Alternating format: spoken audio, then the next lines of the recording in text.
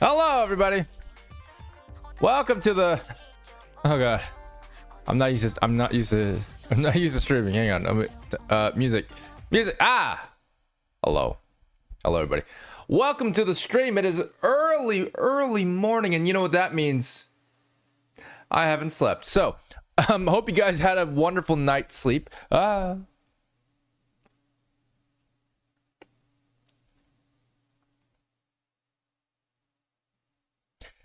And that's it. That's the stream. We're done. So the whole. So basically, I'm assuming some of you guys have also not slept or are on the other side of the world. But for those of you guys who just woke up, good morning. It is 6 a.m. over here, and I am going to, for the first time ever, review some Guilty Gear animations. So the thing about that is. You guys might be wondering how in the hell did you get away with not watching any Guilty Gear animations until now? Because it's true, I haven't actually seen most of these that we're going to be watching today. Okay, nom. So that's the thing. I watched a lot of the original Guilty Gear XR'd, but I haven't seen very many of the Guilty Gear Strive ones because I've been so busy and I don't play games, so I haven't been able to play the game, right? So obviously I haven't seen all the overdrives, but we're gonna look at the overdrives today. It's gonna be probably crazy. I've seen a couple clips here and there in passing during like trailers and such, which look gorgeous. That was years ago. I'm really curious to see what they look like now that the game is out. So yeah, I mean, that's pretty much it. I have no idea what's gonna happen. Hey, Quincy, how's it going? Welcome back. Nice. Well, welcome back from work. Montague in the future. Well, tell me how tomorrow ends. That'd be great. I'd like to get some sleep tomorrow. Yeah. How many of you guys actually are familiar with Guilty Gear's animations, by the way? Because I'm 90% sure that like everybody in this community is acutely familiar with all the animations. You guys are gonna have to tell me all the names. I know the names, kind of, but I may not know all of them. There might be some I might not be able to identify. Also, is there multiple overdrives for some characters? Do I have to be careful of those? Are there any that like stick out as like special characters? You know what I mean? Or are they all about the same? You know what I'm saying? You guys understand my questioning? I gotta know, because I gotta categorize them, you know? Am I gonna rank Slayer? He's technically not out yet, but we know what his overdrives are. I should. When does he come out? Do you know? Oh, most have two, but some have... Okay, most have two. That's good to know. Yeah. Oh, Fighter Z, fair enough. We should honestly do some Dragon Ball Z eventually, because that game is also gorgeous. You got a brand new 4070? Jeez, I don't even have a 4070 yet. So sad. All of them have two overdrives? Okay. Every character has two supers in Stripe, if I remember correctly. Very cool.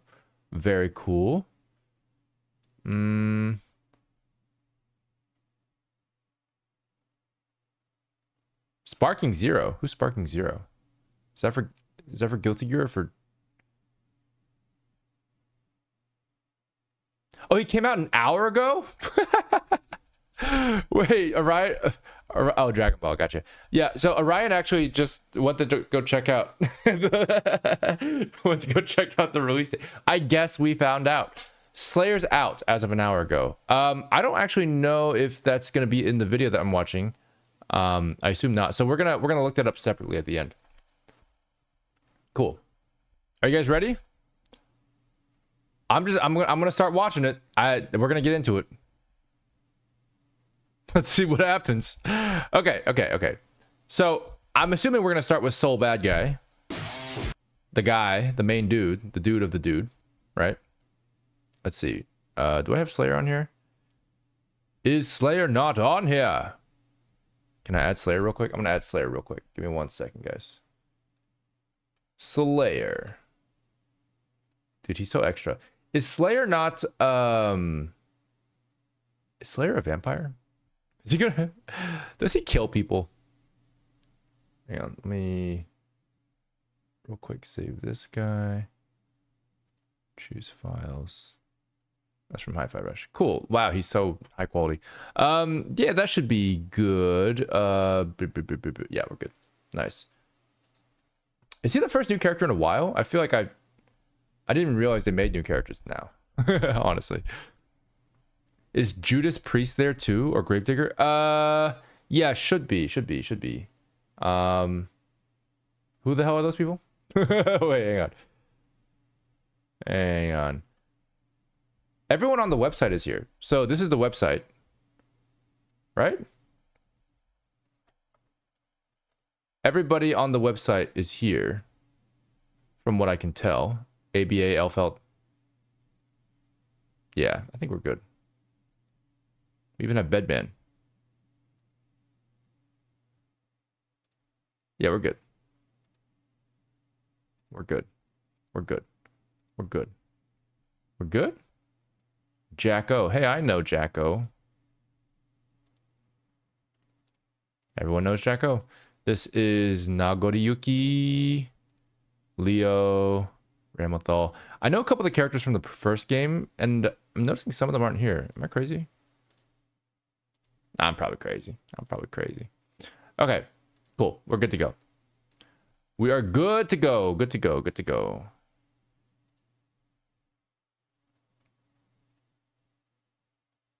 Okay, cool. Right. Sounds good. All right. Oh, by the way, is it Kai? Is it Ky Kiske? Ky Kiske? Or is it Key? All right, Isaac, I'll see you later. Slayer is the vampire? Was he Dracula? God damn. Kai it is. Okay, cool.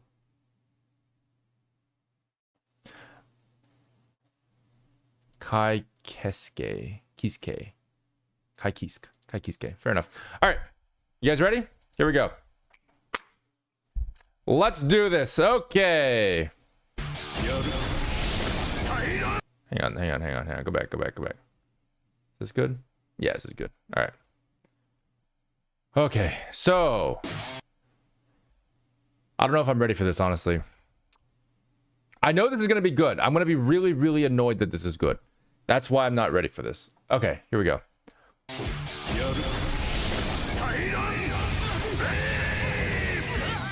Okay. Oh, shit, there's another one. Okay, let's watch both.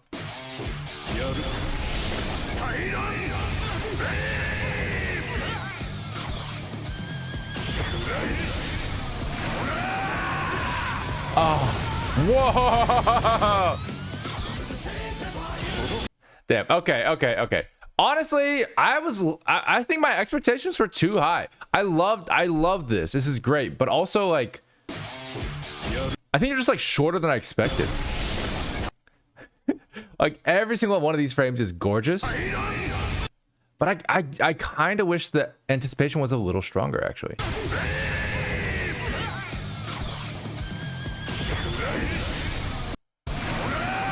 So yeah. This is fascinating because this is gorgeous, but take a look at this. So this one in particular, this hand kind of gets overblown a little bit. Hang on, let me pull up. This hand gets overblown, so you can't really see its distance anymore. So I kind of feel like it. Oh, hello, it's coming at me now. It kind of comes close to the camera a little too early for my tastes. Like imagine like right now the hand is like here, right? So it's already like reaching towards camera. Oh, that's 6 fingers. So imagine it's like reaching towards camera here. It's a little bit too close to camera. If it was further away, if it was something like back here, right? Still, this would feel better to me personally, just because it would have a bit more anticipation and it would feel stronger. But that being said, this is great because it mimics 2D really well. And a lot of 2D things, I think there's a lot of things where it's like, oh, these are the poses that we're given. These are the poses that's going to be. And it actually like gets the job done, gets the point across. and it has a lot of compositing on it from a lot of different teams. So it can happen like this in a lot of anime all the time, which surprisingly gives it a really authentic feel, which I love. And obviously the frame rate's gorgeous. By the way, let's talk about the frame rate real quick. Watch the background. Background's on ones. Background is in full 60 FPS. And the character is on ones. But let's talk about this compared to Hi-Fi Rush. So this character is actually parented to the camera. So even though the camera is moving, the character is moving with the camera exactly, which is really, really cool. I don't know how hard it is to do in a game engine, but I assume it's rather difficult to do that. And they do it seamlessly. So it's beautiful and it works beautifully. So honestly, that's really paid off. And you compare that to like the weird jitteriness and the stutteriness that we saw in Hi-Fi Rush, and you know, maybe some other games where you can kind of see that without the camera parenting, you get something a little bit more messy. And here, super clean. It does the same thing that Spider-Verse does. It does the same thing that 2D animators do. It really pays off there.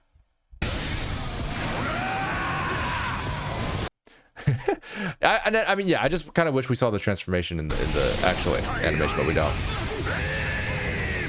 It is what it is.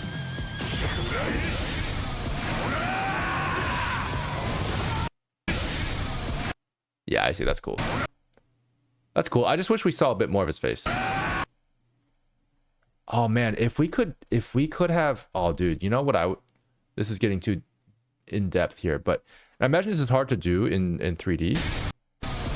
But it would have been really cool, I think, if they actually took this moment to do a wipe, but not just cover his face, but rather have the shadowed version of his face here.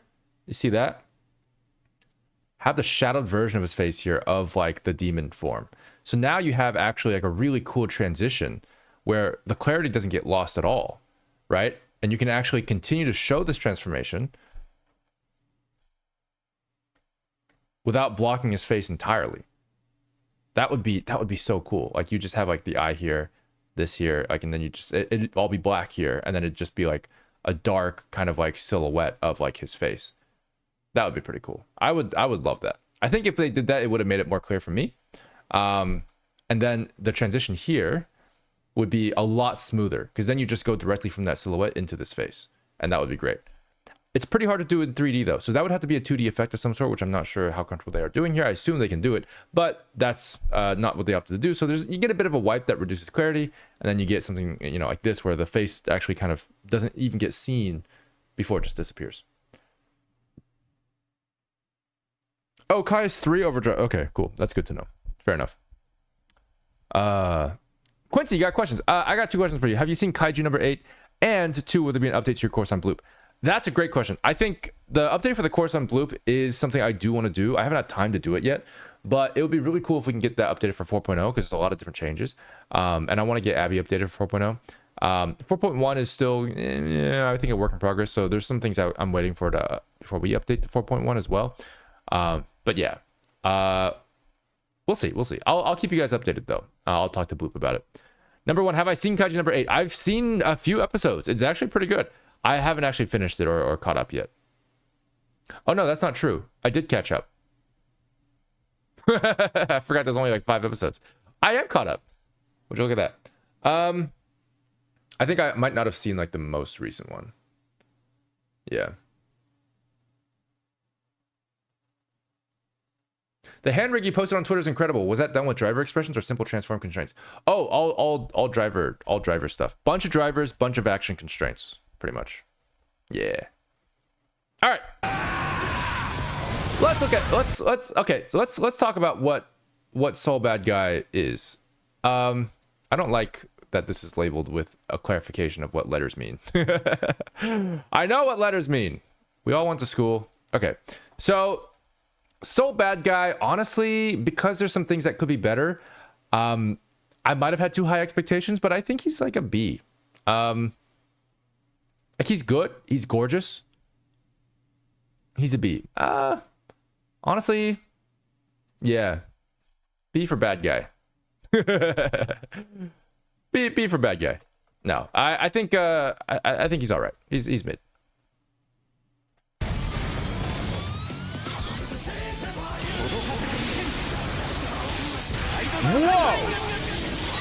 God, that was gorgeous.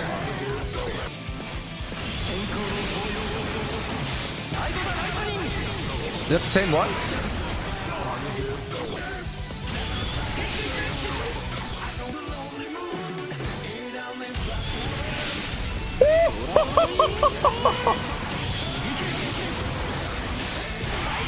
Bro. Holy shit. Oh my god. Kai's so much cooler, dude. What the f Yo, okay, hang on. We gotta take a look at this. So this is 3 Overdrive. I'm confused here, dude. Okay, so let's talk about this first one real quick because it's gorgeous, and it's gorgeous because there's like this fidelity to it that feels so like 2D, and yet like super high quality 2D, which is crazy. Like this right here is just, oh my god, it's just so good. It's interesting because they have a lot of like texture to this animation where it feels kind of like they're normally would be a 2D animator who just understands like geometry really well and would draw the face with so much detail that it just like looks gorgeous. They're doing that here in this section and it's all 3D, which is crazy. So all the frames here don't feel like they're smooth. They feel like they are kind of jittery, and I don't mean but the frame rate, because the frame rate obviously is on 2s, but what I mean is the arcs. So the arcs in particular here, if you pay attention, it's got this 2D imperfection to it, mixed with the detail that is just absolutely gorgeous. So right here, there's this kind of like morphing effect here, where like the face kind of like the head kind of goes this way, and then it'll kind of go like this. It's almost like backtracking, like, oh, I kind of went too far. And you kind of see this effect in a lot of 2D animation where like the animator is just doing so much that it's just kind of expected for these slight imperfections to slide through. It just kind of like comes back just a little bit and wobbles just a little bit, just kind of like how I did just now. Thanks, Robin Hood, for the tier 1 gifted sub. Appreciate it. So yeah, I think like let's see. Yeah, like right here, there's like a slight head shake. You guys see that? You see the eye, and then the eye like changes shape there. It comes back. The shading changes. It just kind of gives this wobble to the to the head shape, and it just looks so gorgeously imperfect. I don't know how else to describe it. Ah, man, that's good. And look at these hand poses, man. Look how hyperextended these fingers are. What great stylization. Love it. Oh, so good. Not to mention, of course, the hair animation is gorgeous, which is all done by hand as well, as far as I know. Gorgeous. The first one is Ride the Lightning. It's done twice because it's possible to be done in the air too. Okay, fair enough. The second Overdrive is Sacred Edge, the quick one where he shot out a projectile. Okay, so that's not really like... Yeah, that's fine. It's the same animation either way. So this is actually an Overdrive? Interesting. It's like way less cinematic than the other ones. I'm gonna skip that one for now. I'm gonna skip Sacred Edge just because it's a little too quick and doesn't have like camera movement to it. But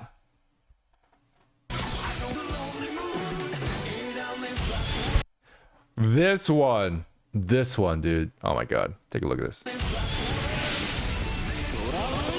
Oh god, this is so good. I mean, this is so good for a lot of reasons. But like the main reason is just like it's again got this like dramatic cinematic feel that anime gives. Obviously the 2D effects are beautiful. Like that's beautiful, but the subtlety of his head movement here is what adds so much to it. Like if he didn't have this kind of animation for his head, it would not read as well. It wouldn't make such an impact.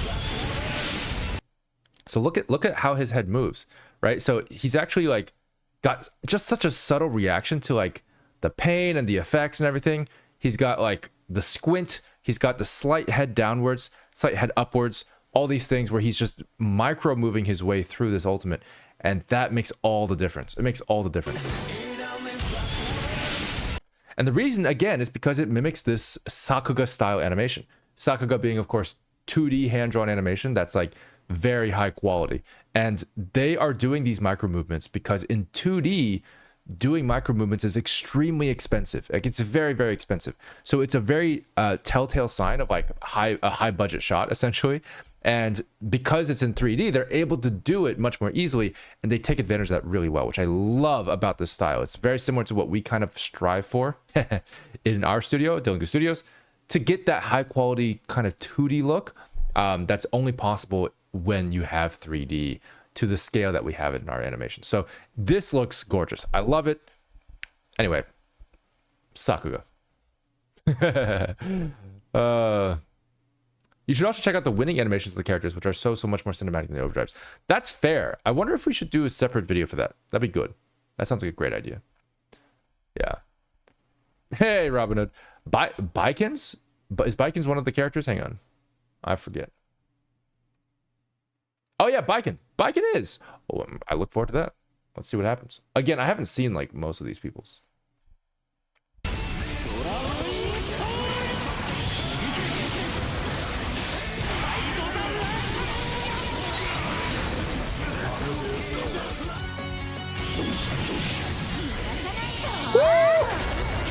Jacko! Oh my god. Okay, we're gonna talk about that one.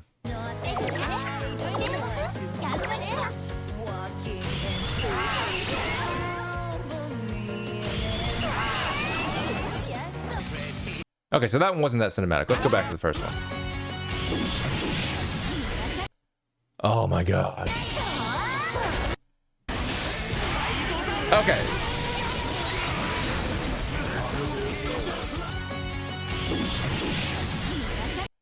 The arcs on this one is so good. I mean, it's just so good. There's a couple things I'm actually curious about too, which is just how they rigged it. But like, let's talk about this real quick. So at the beginning here, you have beautiful arcs with this wrecking ball. Just beautiful, beautiful arcs. Take a look at this. Look at how the chain just goes in front of the camera here, and then it gets disconnected in the corner, and then continues, right?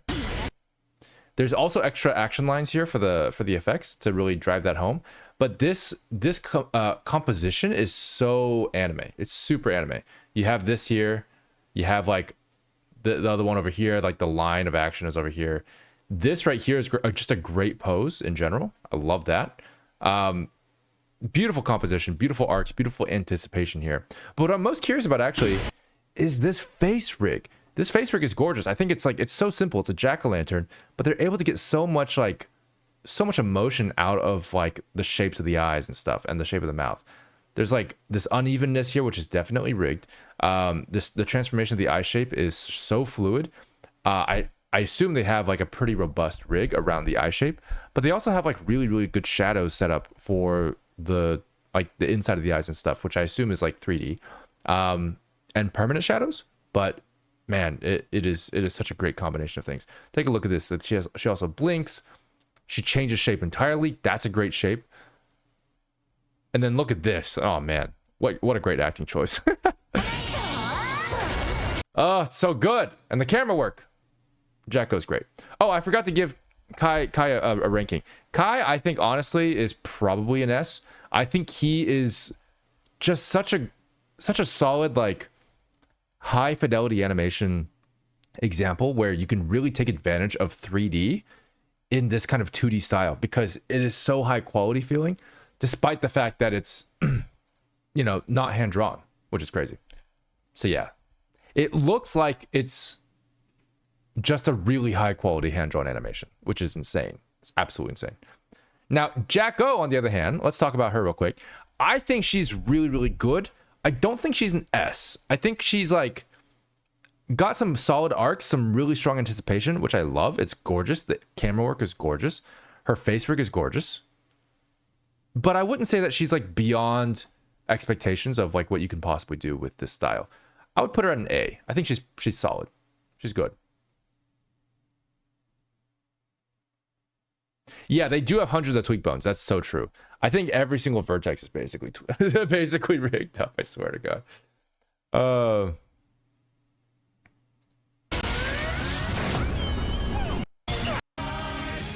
right, who's next? Who is next? Who is this? Wait, who is this? Hang on. This is Testament? No. This is... Well, yeah. Testament. Excuse me?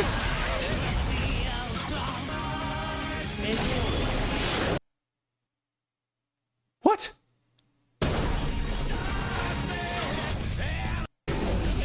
Hang on, go back, go back.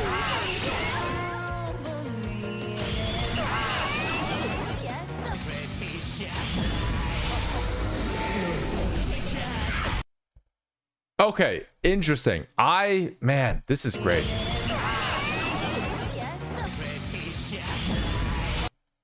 This is insane. So, like, Testament, this silhouette, like, misdirection is just gorgeous. I think that's just, like, insane how they did that. It looks like she turns into this other girl. And then... Wait, is Testament a guy or girl? Testament's a girl, right? Okay, cool. So Testament turns into this other girl. And then... That silhouette change is just perfect. And then there's another one, which obviously is looking very sexy. We have a screen wipe, a very anime screen wipe. They're doing all these things that sell the style so well because they're trying to mimic anime.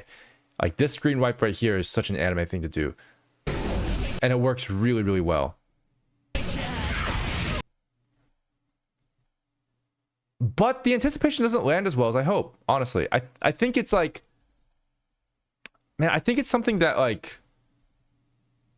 It has a lot of great keyframes. It's really, really good keyframes, but it doesn't have the right... It doesn't have the right build-up, I would say. Yeah. It doesn't have quite the right build-up. Let me see what's going on. No, it is really good. I think I'm expecting too much for the end result to actually connect with the attack, but I don't think that's what their goal is because the attack itself is actually in the gameplay animation. So let me see. Yeah, okay. Let me rejudge this. I think specifically the reason why this falls a little flat in my eyes is because it doesn't connect with the attack animation at the end as well as I would like. But I will say that the momentum of the characters going into each transition from one character pose to another is really, really smooth. So if you take a look at why this feels so good at the beginning here, this momentum goes this way. She spins and she goes this way. That's very, very clear. Pretty soon afterwards, we see this. Immediately goes the other way. Gorgeous. And not only that, but she spins this way. So there's this really, really smooth pattern arc that goes basically in an infinity pattern, which is, I mean, beautiful. It's really, really satisfying to watch that part. And then it goes to this part, which I wish was a little bit clearer and like stayed there for a little longer maybe, and then transition to the attack. But that's a gripe that might be just gameplay specific. So where would I put Testament? I think I would put her probably in... Oh man, I'd probably put her in B. And then I'd probably put Badguy in C. Because she's better than Badguy. But bad Guy's just kind of like... He's kind of a bad guy, you know? Anyway. Alright. Fair is fair. Fair is fair. Also, who's this character? What's her name? Hang on. The one that she's fighting against. Is she on the list? I don't see her on the list. Is she a playable character or no? Oh, that's Bedman. Never mind. that's Bedman. Yep. Okay, I got it. Yep. Cool. I didn't see her icon because I was looking at the girl, but it's Bedman.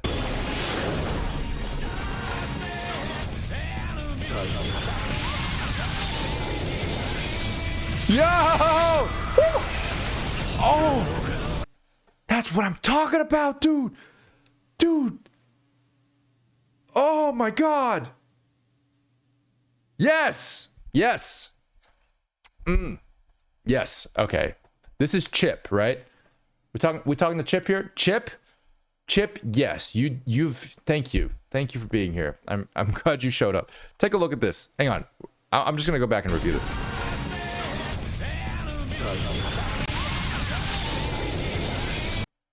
God, this facial build up before the attack is gorgeous. And then the anticipation here. Take a look at this. Take a look at this anticipation, right? So he actually swings the sword in front of camera. Oh, this attack here with the weapon going in front of camera for a second builds so much great anticipation for the attack coming up. It's such a well-shaped weapon for this. Which I'm pretty sure it's like a thing. It's like a little scythe thing on his arm. It's such a well-shaped weapon for this because it perfectly follows the arc of his arm.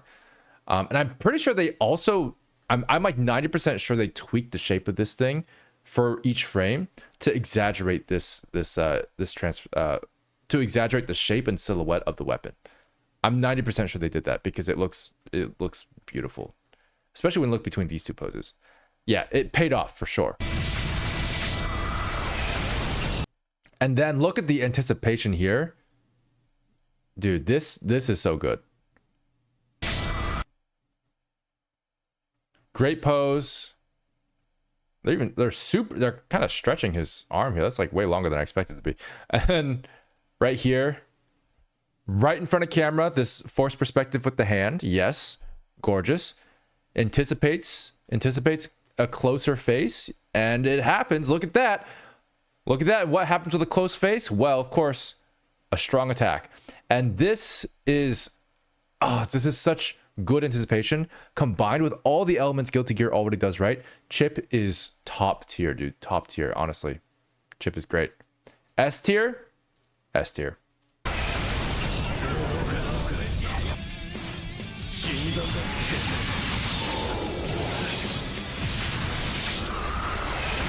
Yes. If it were me, I would say, to be honest, I'll still put him in S, but I do kind of wish that they held like this pose just for a couple more frames. Just a couple more frames. And then let it do the thing. But that's okay. I'm sure there's limitations to that. Wow! That's cool. We're gonna skip that one because it's not the cinematic one.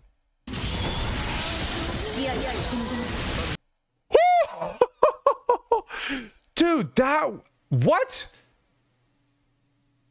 Okay, I know her hair turns into stuff. I need to watch this again.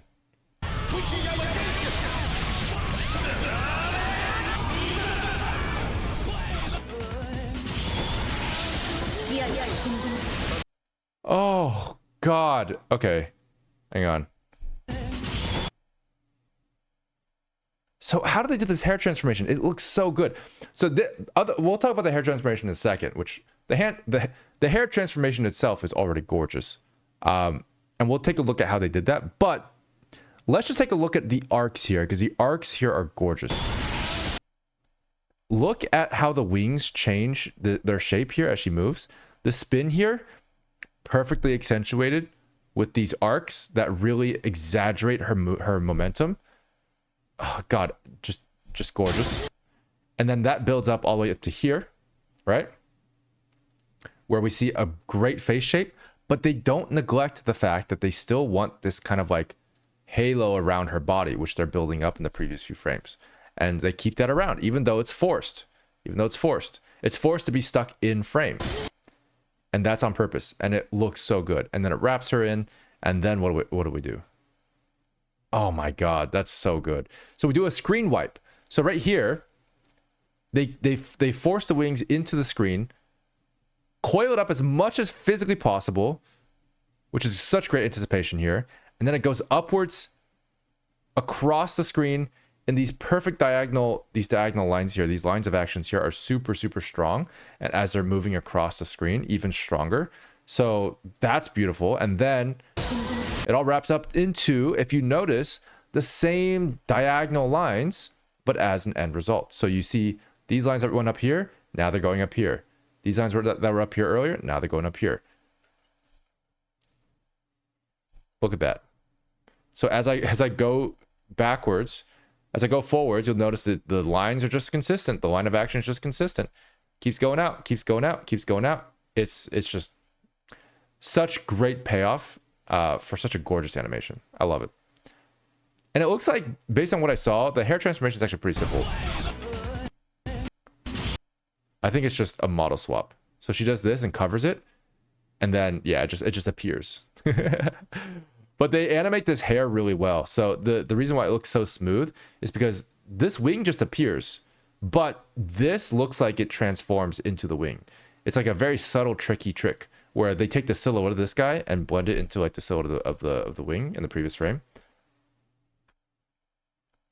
So it looks like she sort of like unfurls them. It's such a smart move. From a 3D animation perspective, they really dodged the bullet there because it's really hard to do morphing transformation stuff. This is just smooth as hell. So that looks awesome.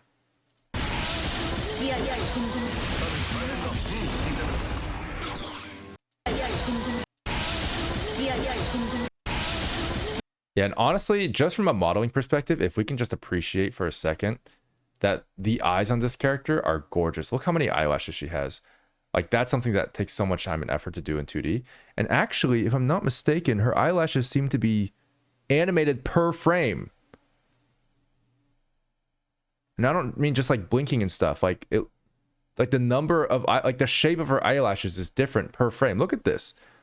Look at the shape of like how long this guy is, right? That's a different shape. That's a different shape, guys. They're doing, oh my god, that's crazy. Look at this. There's a relatively blunt corner of the eye there, and then right here there's a very sharp corner of the eye here. They're animating each individual eyelash pretty much per frame. What? That's so good. Okay, where what's her name? Her name is Millia. Millia's Ness. Millia's Ness. What? Okay.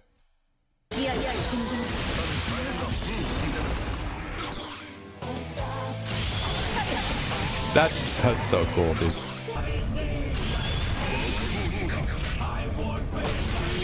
Oh, that's so cool.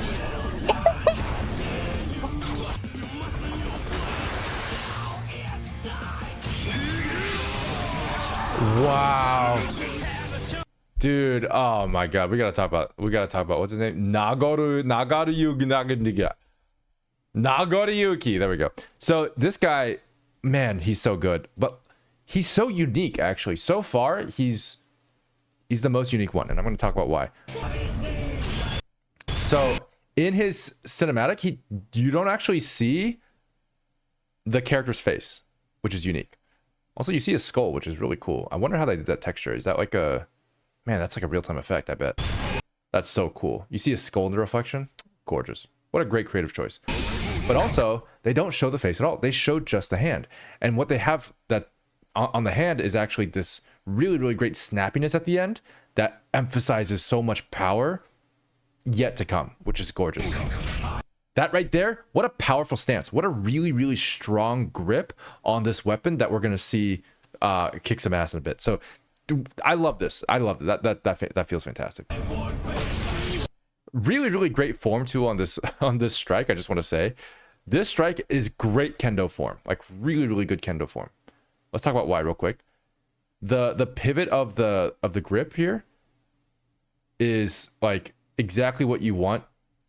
Or whoever animated this, I'm pretty sure knows kendo or is familiar with kendo or reference kendo really strongly, because right here this grip is really, really strong. You have a lot of distance between the hands, which allows for a good pivot and a strong grip.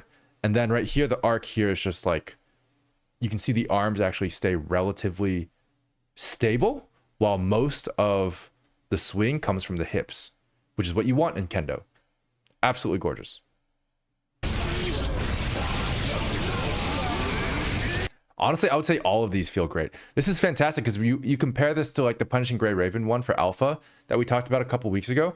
That one was like a kendo form that was animated by someone who didn't necessarily have kendo experience.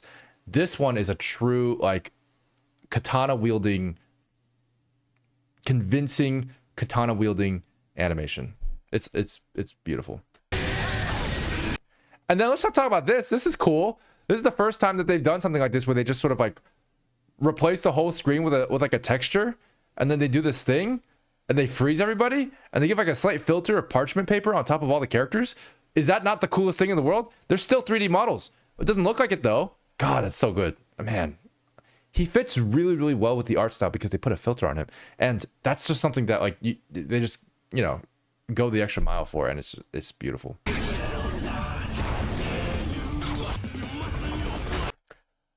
Okay, what do we got here? Nagoriyuki. Nagoriyuki. Honestly, man, he's good. I'm gonna put him in a solid A. Solid A. I want to put him in S, but it just wouldn't be fair.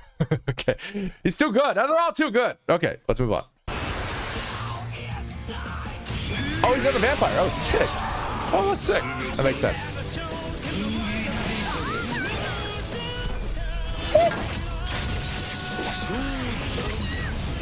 Oh, Johnny. Dude, that was, man, that was something else. Holy shit.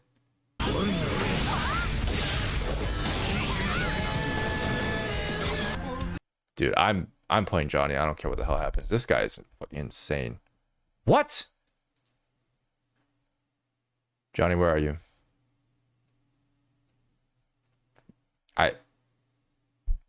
Okay, let's talk about this.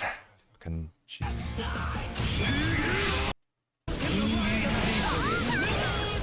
Oh my God. Look at this, dude. Look at how good this is. God, Johnny is... Oh. Okay, Johnny is insane. This is so good. Oh my God. Probably my favorite one so far. Take a look at this. So just the dynamic posing here, like the silhouette here for all the action lines going horizontally and his like tail, just gorgeous. Like I think that right there is already giving such a strong action pose from the get-go. On top of that though, he spins. So like you have the, well, it doesn't spin directly, but his tailcoat spins around him and settles. That alone already right here combined with the wind gives him such a dynamic entry to this cinematic. And look at all these action lines. Where are they going? The same direction, baby. Let's go.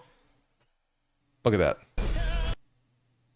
Ugh, just that right there feels so strong. And then here, oh my God, the character here is just gorgeous. Mixed with the sound effects, by the way. Great anticipation here for this, like just an eye peek. How do you make that good? It's just great audio cues, great animation, great audio peek, great eye peek. Take a look at this. You can actually see this build up a little bit right here. Man, they have wind on his hat to build that anticipation, to keep his hat and his head alive while the build up happens in the audio.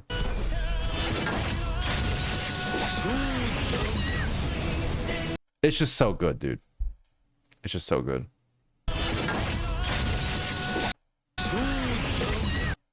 And this sheathing animation right here, I just gotta give extra credit for. It's so stylish, bro. It's so stylish. Look at this. He spins the sword or whatever, and then he's just like, oh yeah, I'm gonna sheath now. Boom. 1 frame sheath. Okay, 2 frames. God, the anticipation on this is gorgeous. Look how much they're exaggerating and breaking his shoulder here. That's such great anticipation there.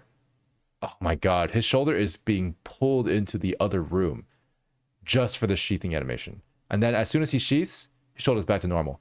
That's such a great flick, such a great anticipatory flick that it just, man, it feels so snappy and feels so good.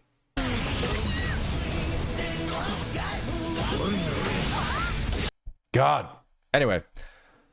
Okay, who's next?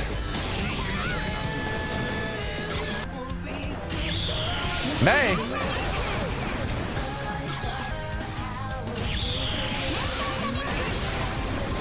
May, what you got?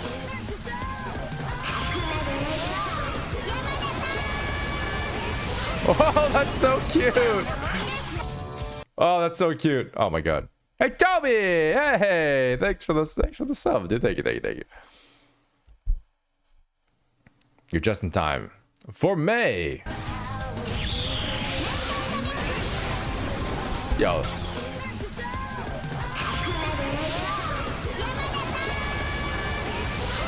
This May is actually got the same quality,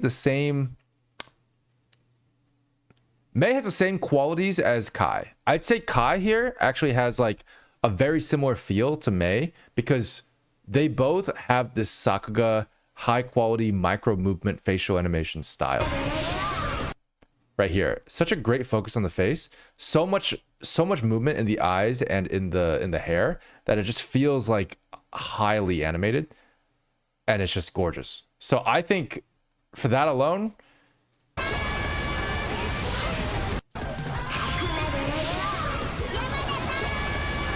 she's solid as heck. I do kind of wish, as a small thing, I kind of wish they stayed on the whale a little bit longer so I could see the whale coming towards camera. Like, imagine if everything was the same, but then you got a couple of frames to appreciate this whale coming towards camera and engulfing it before it switches. That would be the small thing. That would be the small thing that I would change. But like, that's a gameplay thing. So the rest of it, honestly,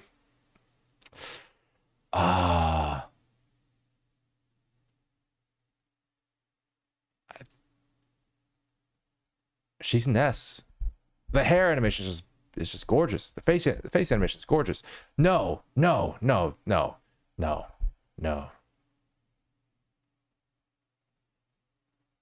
she's an A. I think she's an A because while she does have the same qualities as Kai, I don't think she has quite enough like I don't think she has quite enough like interest to the movement itself compared to Kai to rank an S. She's really solid. She's really good.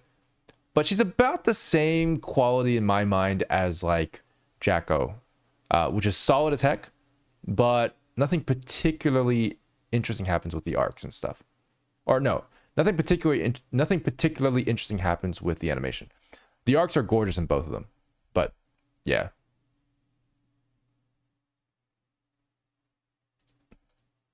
This is so hard, man. They're all so good.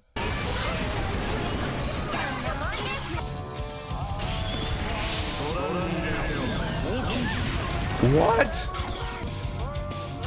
Oh god, dude. Whoa. God, he's so cool. Okay. What's this guy's name again? Hang on. His name is Zato. Okay, Zato. Let's take a look at your thing again. This is fascinating. So, dude, they're doing this thing here, which is, I haven't seen them do with any other character yet, which is crazy. They have high contrast shadows on him that seem like they're drawn on. So you can see already there's this like shadowy silhouette on him, which is from like the effect of the actual attack. But then look at this. Look at that. You see that right there? I'm pretty sure they're doing either some effect or some manual overlay of some like textures or something, where you can kind of get this feeling that there's a light being projected from his hand. That adds so much to this, which is crazy because it's basically like this comp effect that they're doing on top of what would normally be 2D animation. And it's adding so much contrast to his face, which is already creepy enough. Man, like, look at that. This feels very like manga panel-y. So yeah, really strong effects here. A really cool effect here in general on his face and everything. This is I don't know how they did it. It looks so good, and the contrast, that heightened contrast, adds to the animation. God.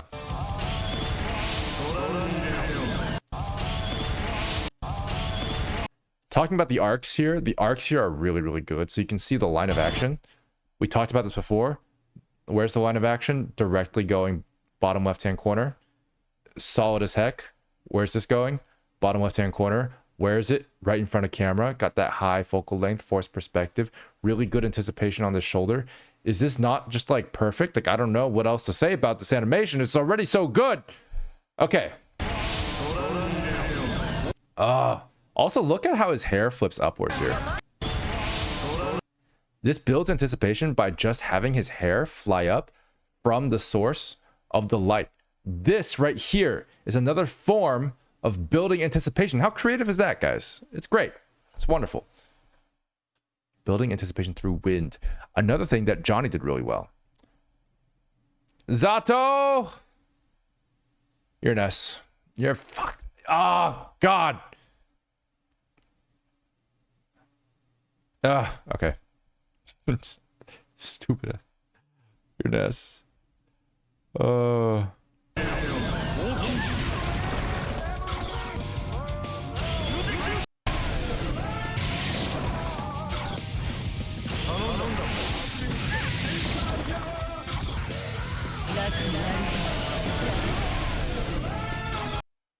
What's her name again?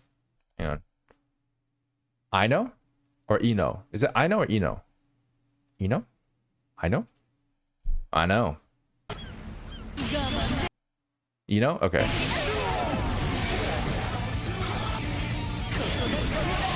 I-No has a cinematic one, right? She doesn't have a cinematic one? I'm so sad. I thought she had one in the first one. In XR? Didn't she have a cinematic one in XR? Oh, so sad.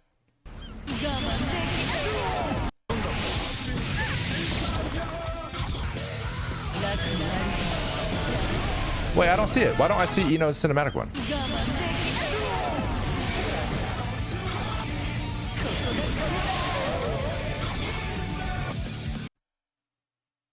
Okay, let's look it up. Hang on. I-No Overdrive Guilty Gear Drive.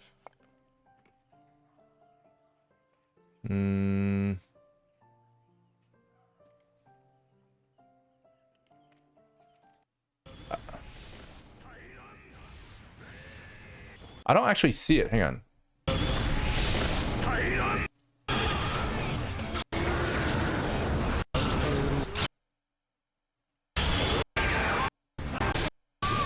Spoilers.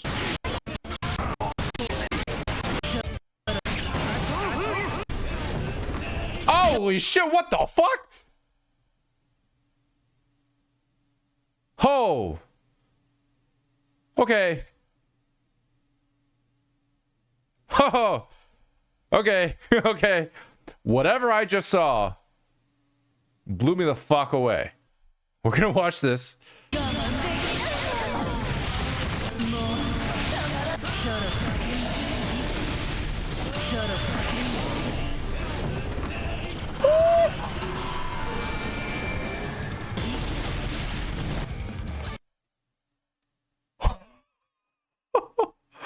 What?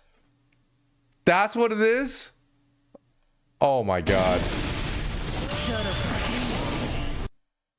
I-No. Faust's pose is hilarious. But I-No, this, okay. Okay, let's talk about this. Oh.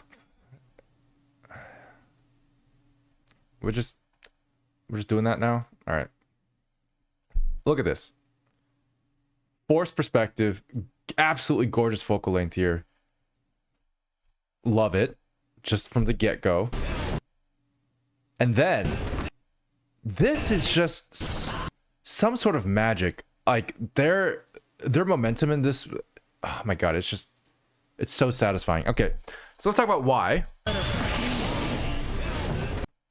Right here, okay, so like she moves backwards, right? She doesn't have wings here. So the wings form in this line of action. So you have a really good momentum pulling her back this way, which is great. And then the wings form, and like she has this bit of like this kind of like recovery where she comes back down, right? Along the same axis. She comes back down. But it doesn't stop there. What she really is doing, she's sort of like doing this, and then she's coming back down here. And then this is going to pull her back up, which is crazy. That right there is pulling her back up in a way that's like almost kind of like splitting her apart. Like this side is pulling her this way, this side is pulling her this way, and she's like overall going upwards, which basically concludes with like an arc that goes this way, like this way, all really, really smoothly in a way that feels like kind of like supernatural, which is what they're going for, and really, really natural at the same time, which is like, what? Oh my god, dude.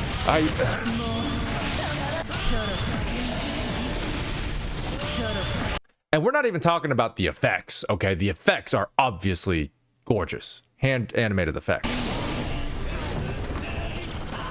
Oh! And this whole sequence hurts me so much in a good way, because this whole sequence, as this thing starts transforming up her wings, this whole sequence is anticipation. It's just a tense buildup of just like, oh, what's it turning into? What's it gonna reveal to be? And then she covers it, which builds even more tension and more anticipation, gives her a character moment with her face close up, and then a wing reveal, which is exactly the same kind of wing reveal that we saw with, God, what's her name? Hang on. With Millia, who also did it fantastically, right? So you get those same lines of actions going outwards. And then a fade out, which of course transitions it really well to the gameplay, which I personally like a lot. But yeah. Bro. Okay. All right. This game is... okay. This game's okay. Like, it's all right. You know, it's like, it's okay. You know, it's not even that good. All right, who's this? Chaos? Happy Chaos. Happy Chows.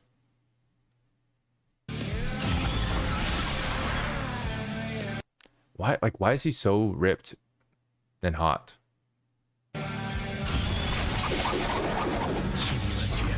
Oh!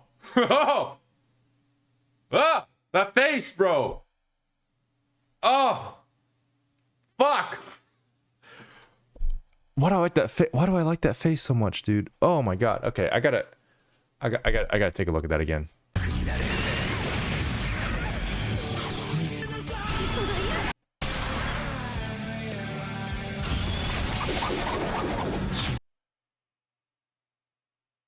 Oh, okay. I think I know why. This face, on top of it being beautifully modeled, just so much detail in the face and the hair and the shadows and everything, it's just absolutely gorgeous. But on top of that, you get this frame right here hypnotizes you. It's so cool. It's such a great choice. They really just have these eyes open like really, really wide, and just for a split second, with his mouth open as well, just for a split second, really gets your attention, and then he looks like he never did it, and it makes you like second guess yourself. Oh, it's such a smart thing to do. Oh my god. Watch again. You barely notice it. There's not enough time for you to really notice it, but subconsciously you register that there's that he like stares into your soul for like a second.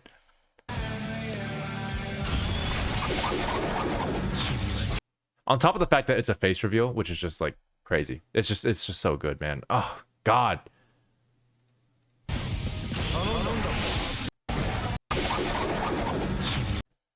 Oh, man.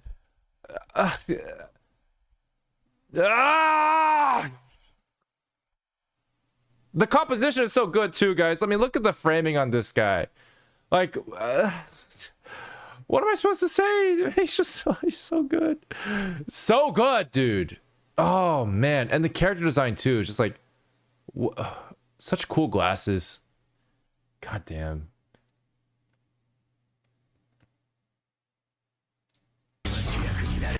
Oh, hey, Sloth, thanks for the sub. Do we have any that are not S tier? We have no D tier. We have one C tier.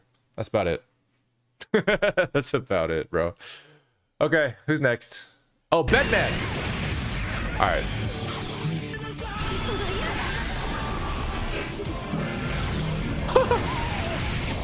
God, that's so good.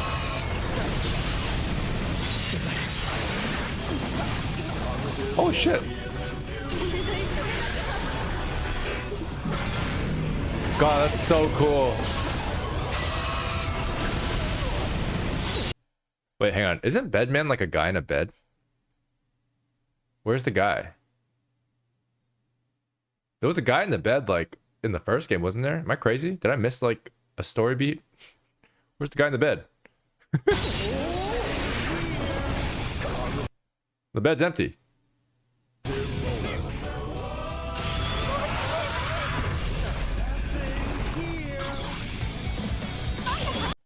Guy's dead. He's now protecting his sister as a bed. Oh, that's crazy, dude. Holy shit. That's awesome. Good job, Bedman. All right, let's take a look. Ah! Sorry.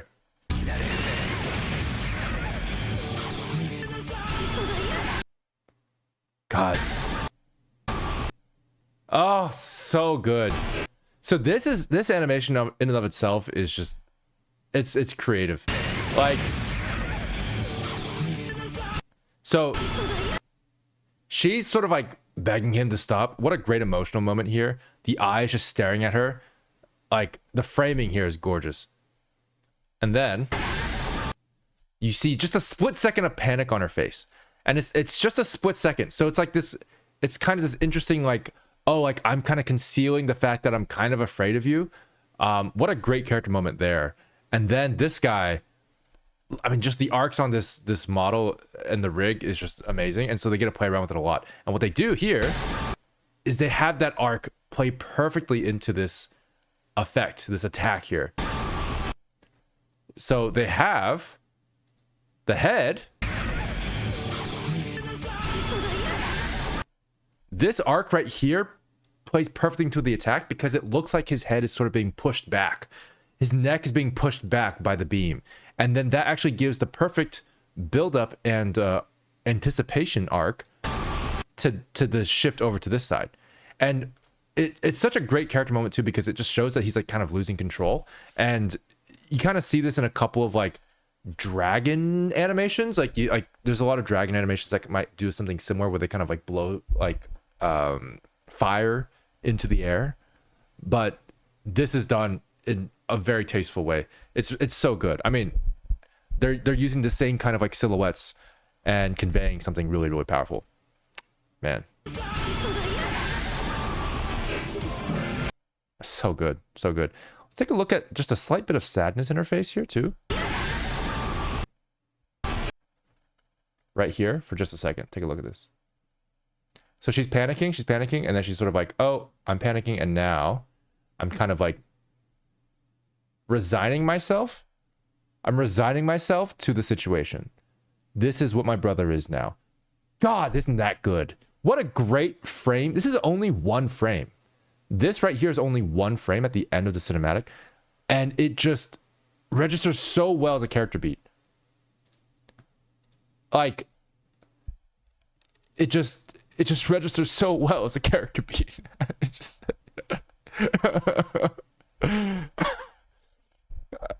I can't.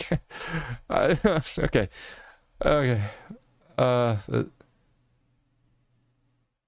It's not that many. It's fine. All right, let's keep going.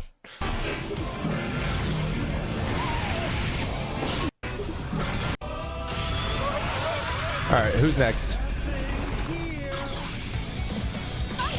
Elphelt? Elphelt! Elphelt! Elphelt!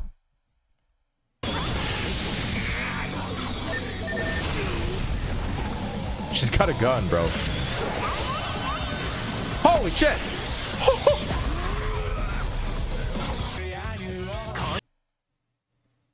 Pop star Elphelt? Bro.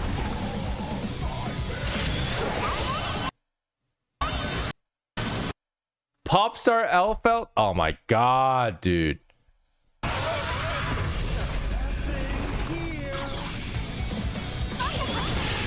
Okay, why? Okay. Man. Dude, the animation on this is gorgeous. Once again, they're doing the same thing they did with Ky Kiske, or Ky Kiske, Kai. They're doing the same thing they did with Kai. They're doing the same thing they did with Mei. They're doing this really, really high fidelity Sakuga style animation with the face, with the hair. So much hair movement, by the way, so much. With the hands. The arcs here are absolutely gorgeous. They're hand animated. None of the arcs are perfect. Look at this. None of the arcs are perfect. There's this like slight jitteriness to the arc as she comes down here. And it's even hard to tell in frame by frame, but it's gorgeous. And that gives such a high quality Sakuga feeling. Such a high quality hand animated feeling to it. Because it is hand animated, of course, because it's pose by pose. Like every single pose is done by hand. No interpolation is done. I know that much for sure in terms of how they made Guilty Gear. And it makes a big difference. But the level of quality here, it's clearly a 2D animator who knows what the hell they're doing that's posing this in 3D, in my opinion, because the subtleties of what makes it feel like a 2D animation are there, which are these imperfect arcs, these slightly imperfect details, not to mention the fact that I'm pretty sure, again, we are animating these eyelashes by hand, frame by frame, which is just incredible, especially important for Elphelt here. So like, it's just absolute beauty. This whole segment is just gorgeous. Like what? Like, yeah, that's just insane. It's just absolutely insane. And from a character perspective, it's beautiful. Not to mention the staging here where they have the guns surround her just looks like a stage. It looks so much like a stage that it just feels like it's just you're transitioning into like this music video. And that is exactly what they're going for. I absolutely love it. Just from like a creativity standpoint, but from an execution standpoint, I have to give her... What a surprise! An S. Yeah. We're only halfway through, guys. we're only halfway through. Is it? Man, man, hang on. We got to do an SS here. Hey, Ryan, thanks for this. Thanks for the pride, dude. Okay, we're doing an SS. Who's an SS? Johnny, I-No, Deadman. I mean, Bedman. Chipp is good, probably an S. Kai's good, probably an S. She's great, still an S. Zato, also an S. Oh, Happy Chaos. Oh, Happy Chaos. I'm having flashbacks to his face staring at my soul.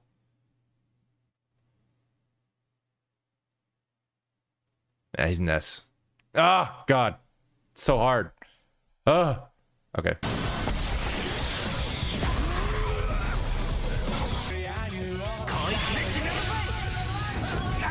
Chains, baby. Let's go, dude. The chain animations are so satisfying in anime because they just exaggerate the hell out of them. Like the length that makes no sense. And I'm just like, yes, give me infinite chains. I need them. Look at this. So the arcs here, this right here just goes on forever. Like I love it when anime does this. It just goes on forever, and it's just so satisfying.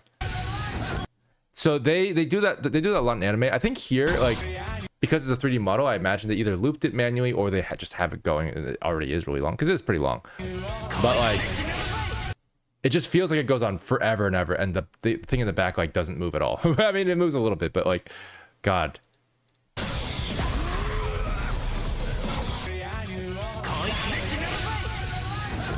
Yeah, it basically doesn't move. It's cool because it's like it is kind of rotating, which kind of shows that it's moving through space, but it's going along the axis of the camera, which really builds that anticipation. So the fact that this is here so early and then just like keeps going, you can see here, or can you? It's still there. It's still there. It's still there. It's still there. It's just still there. They could have had it disappear much earlier. They didn't, and that really, really builds a lot of stuff. Look at how great his face animation is, by the way.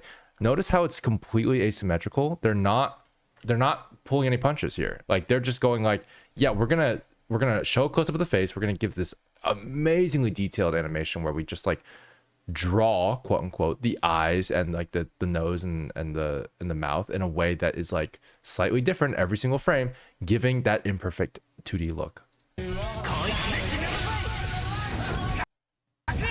God, what a touch, dude. What a touch.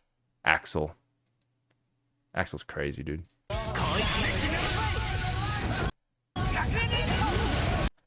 Oh, Axl. Axl, what are you?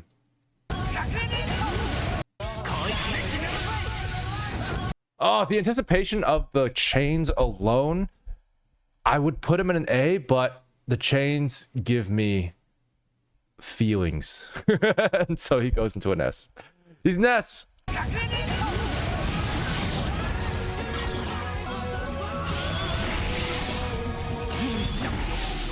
Oh, Zawada. Faust.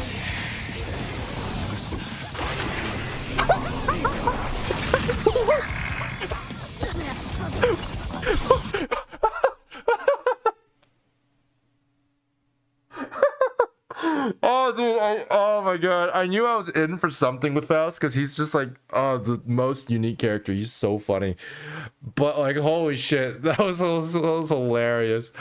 Oh my god. Holy fuck. Oh, Faust, what are you? Really, what was that? Oh, no, there's no way. I can't.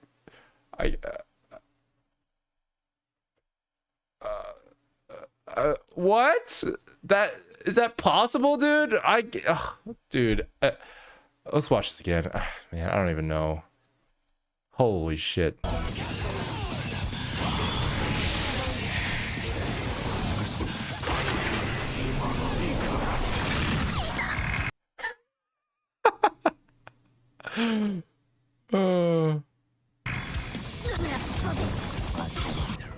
He just runs a wheelchair into her shins. So everyone has a unique reaction to getting Joyce the wheelchair. Joyce. Oh, I see. So everyone's faces are different. God, it's amazing.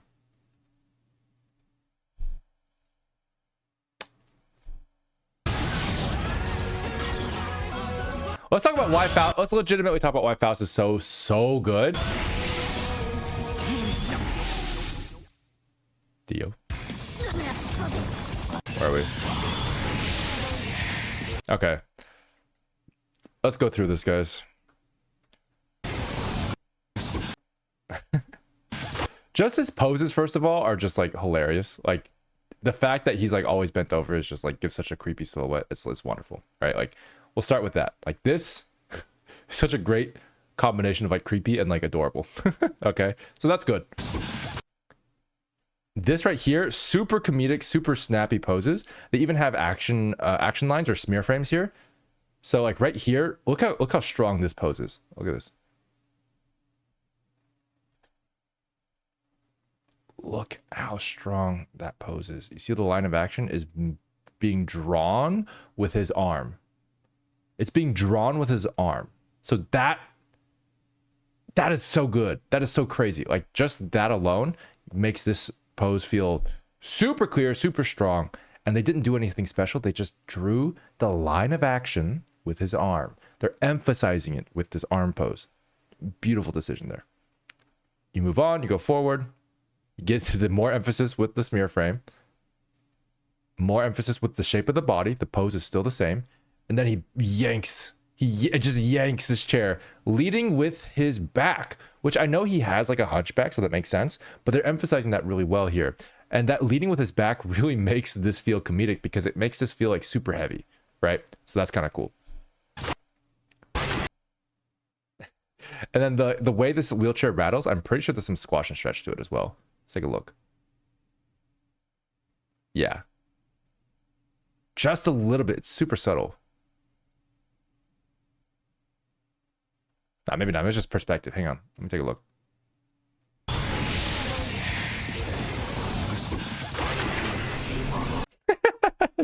So good. Oh, all right.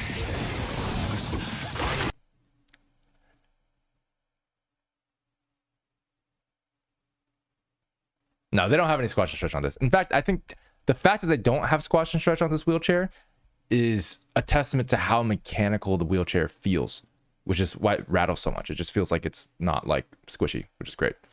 Adds to the humor. And he's so serious too. God, it's so good. And then here, dude, look how much they bent his forearm here for that extra comedy. And this, like right here, the eye smear, anticipating the next frames. Eh? He pushes. All the action lines, the smear frames. Yes, do it. And then we get to this part. This part, dude, is so good. Oh my God, look at every one of these frames. This could be in Fooly Cooly. It's so much contrast in the poses, so much contrast in the silhouettes. So what you're seeing here is this beautiful, like, symphony of poses that shows every frame as a unique silhouette. So the fact that he has like this stethoscope wobbling around, complementing his actions. Look at this. I'm going backwards here, but like if I go forwards, this pushes back, this pushes forward. He's lunging. He's got this really over-exaggerated run. It's absolutely gorgeous. The fact that they manually are posing the stethoscope really shows you that they're trying to emphasize how long his neck is here, basically, in a great way. And then you go to the next few poses. Look at that. Now look how short his neck is. Look how short that is. And then look at that. Really pushing the stethoscope up in a way that's believable. It feels like physics, but it's not, right? And then his head is just like totally inside his body. He's like a turtle here, which is such a great contrast. And then what's the next pose, if not this absolutely gorgeous pose, where again, they're pushing down. Guess what's going upwards? The stethoscope. Everything is there to emphasize what he's doing and exaggerate it. And every single silhouette is unique because they're pushing it to a degree that is contrasted from the previous position. So his head was up here, right? Then now as he changes his pose, he doesn't just adjust his body, his entire head is now down here. So you see that contrast there, it's huge, which really makes this feel super dynamic. It's one of the reasons why this feels so dynamic. And then you go back to this pose again. It's just 3 poses. It's just 3 poses and it feels so good. That's amazing. That's so good. This is just a testament to how like 2D animators are able to get so much out of so little. And that philosophy translating to 3D animation in this case, it's like, I feel like it's never been done before to this level of quality. Everybody knows Guilty Gear is just one of the best examples of this. And I strongly believe it's because all of their 3D animators have a foundational knowledge in how to do 2D animation. They're sculpting these characters like hell. You know, like the length of the neck, they're just going like whatever the hell it needs to be. I'm going to make it that shape. Whatever the shape of the bag needs to be, I'm going to make it that shape. Whatever shape the shadows need to be, I'm going to make it that shape. And they're sculpting the hell out of these characters, which a lot of 3D character artists and 3D character animators are afraid to do dynamically because that's not how 3D usually works. So it's fascinating. Each frame just morphing it. It's beautiful.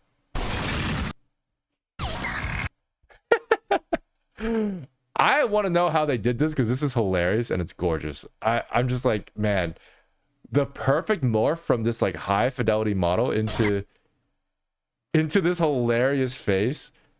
God, it's so good. So they're adding a lot of extra lines. You can see here, all these extra lines are adding to this like this amazing like comedic high detail kind of thing. And generally speaking, I'll say like the more kind of like wrinkles, the more kind of lines you have, like the funnier it kind of becomes usually. So like going from like a lower detail face, as detailed as her eyes are, going from a lower detailed face to like this is so funny. This is a great touch here because it's just so out of character for her, and I think they do that for all the characters. They really do something that feels like it's most funny for that character specifically. Man, this is good. This is great. They're adding extra lines everywhere, and I think they're doing it like with extra meshes. Man, that's so good. Yeah, I want to look. I know every character has their own reaction. I want to look at them, but there's too many. Maybe we'll do it at the end of the stream.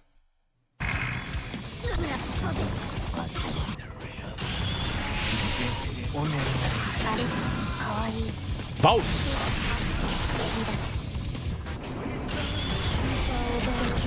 Whoa, that's cool. What's her name? Is this ABA? It's ABA. Oh, the anticipation on those are so good. Oh my god. Dude, the character designs in this game are just so good, dude. Holy shit. What the hell is she, like, she's holding a melting key with a face? What? What? With eyeballs on it? That's so creative.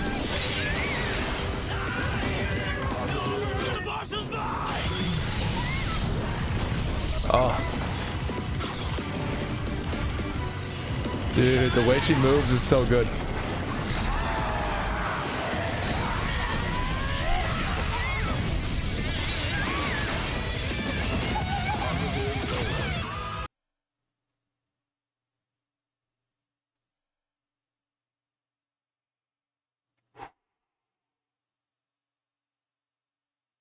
What?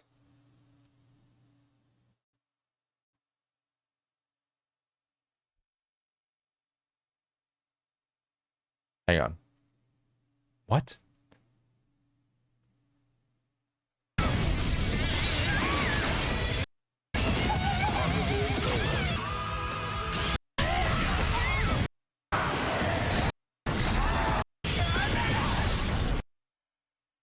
How did they, what? How did they do that? What? This is, okay. This, for sure, is 2D animated. There's no way they did this in 3D because that would absolutely blow my mind.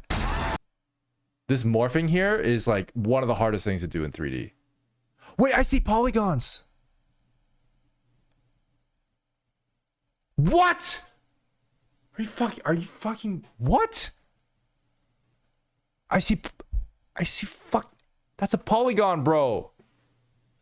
How, this is, you're telling me this is 3D?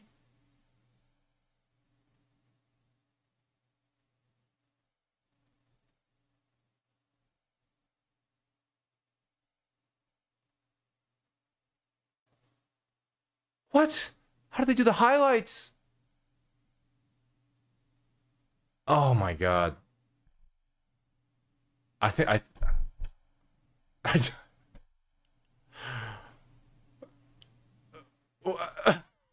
where are they getting all this geometry from? Like, where are they hiding all that geometry in the game engine? That last bit looks 2D. That has to be 2D, surely.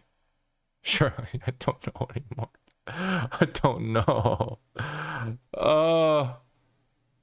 What?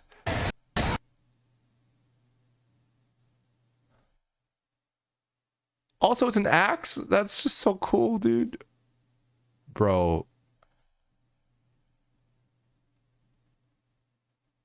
I can't believe that's 3D. That's insane. This goop. Oh, they had to have done the shading surely like by hand somehow, because this is like the highlights there are too perfect. They're just so good. And then the shading accentuates the shape like perfectly without being like too detailed. So typically if you do like a blobby shape, like it won't look very good, but like they're doing it really well here. Also they're softening the shadows, which helps a lot with that. But like, man, now this is definitely 2D. Like this for sure. Like that's 2D. That's just like an effect. That makes sense. But like just like the globulars is just like, this is so hard to do. Like it almost makes no sense to do it in 3D because it's so much easier to do in 2D that I'm just like, I can't believe it. Like I don't know how they did this, because it's just like right here, for example, like, so they have like these shadows that are anticipating the opening of the mouth, which is just gorgeous, by the way. How to do that in 3D, I'm not sure. It's almost like they have to like draw in 3D with like meshes in order to get this level of fidelity. Because like, yeah, and they're definitely like replacing meshes frame by frame, but I'm just like, how are they even, where are they getting all this geometry in the game? Because usually in the game engines, like I guess they just spawn it as like an object sequence or something, because you can't just hide all these vertices somewhere and just hope that they work out and come out when they need to. That's way too much information. This is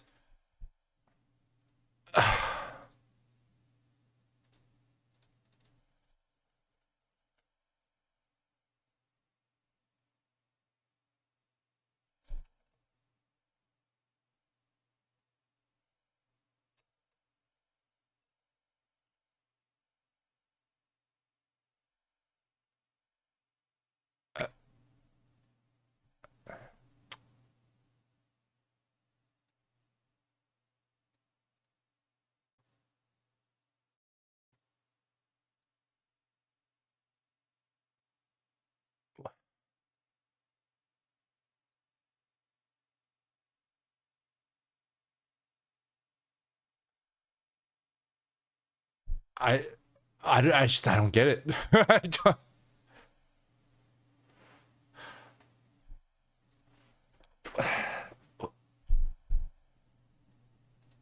Okay, moving on. I don't know. I don't know how they did it, dude. It's just, oh my god, that's amazing. What?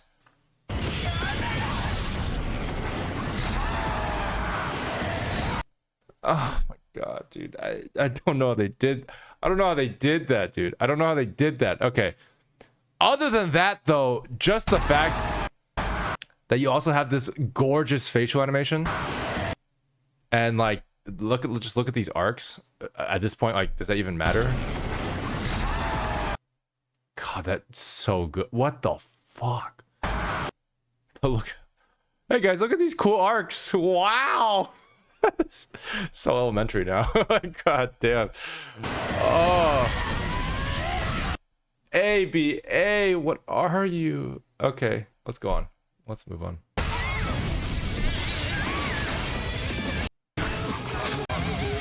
All right, who's this next guy? Sin.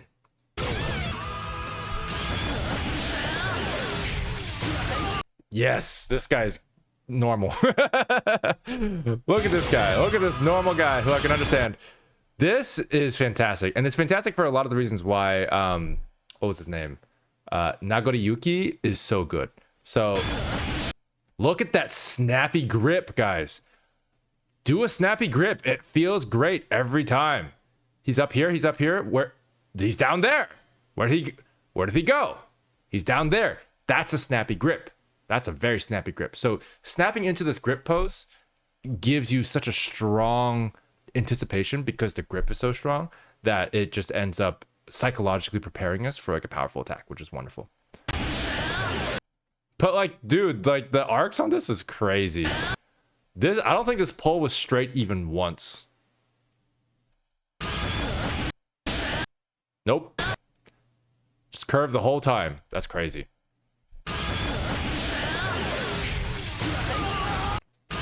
I'll be honest, I kind of wish they curved the pole the other way for like a second. Like during the grip pose, I kind of wish they did like just for a split second. Like just for the like a split second, just going like going like this. If they just bananaed this guy, if they just bananaed him for a little bit, like right here, what you would get is a really cool moment where you can see that the spear is like not just going in one direction.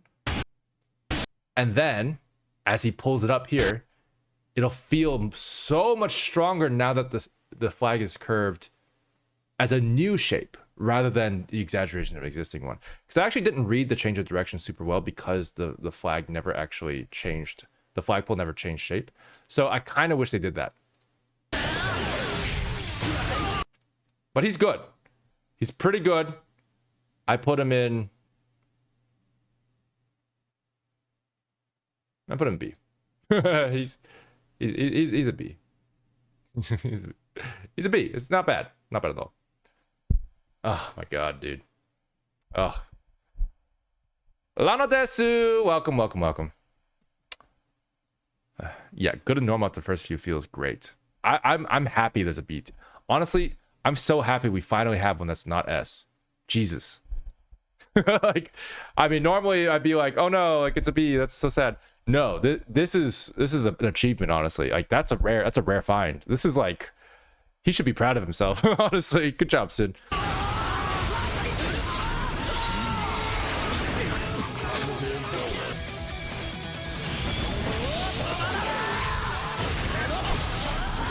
It's so good though. My God, it's still so good. It just feels so 2D. It's amazing. All right, who's next?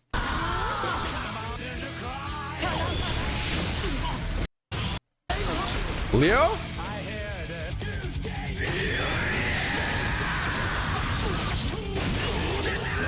Yo, his swords are sick. What are they, like gun handles? God, that's oh, that's cool.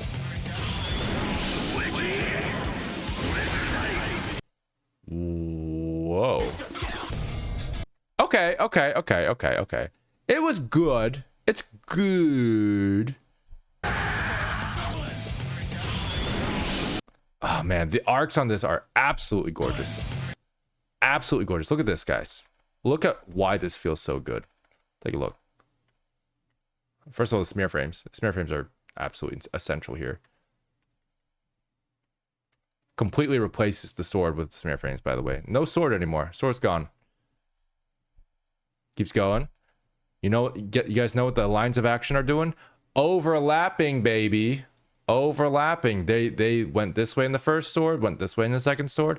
When you have these overlapping lines of actions, they build on top of each other and double up the anticipation, which is so good. It's so good. So like all the way up to here, it's just such a great build-up. Wonderful. And then the zoom up. Oh, what a great build-up as well. What's interesting is like his face is not nearly as animated as like Mei's and Kai's and who's the other guy? Who's the other one? Axl. So like their faces had this like great Sakuga feel. His feels a bit more Dragon Ball Z, which is like a bit more stiff, right? Because Dragon Ball Z was on like more limited frames, and so it feels very 2D, but it's not quite as Sakuga as the other ones. So because his face is more stiff, it makes sense that he has a slightly lower score. So I'm gonna give Leo probably a C, because I think he's good. Just like Soul is also good, but it's just some things that like didn't quite feel pushed as far as they could have been compared to the other characters. Wow, we got a C. That's, oh man, that's crazy.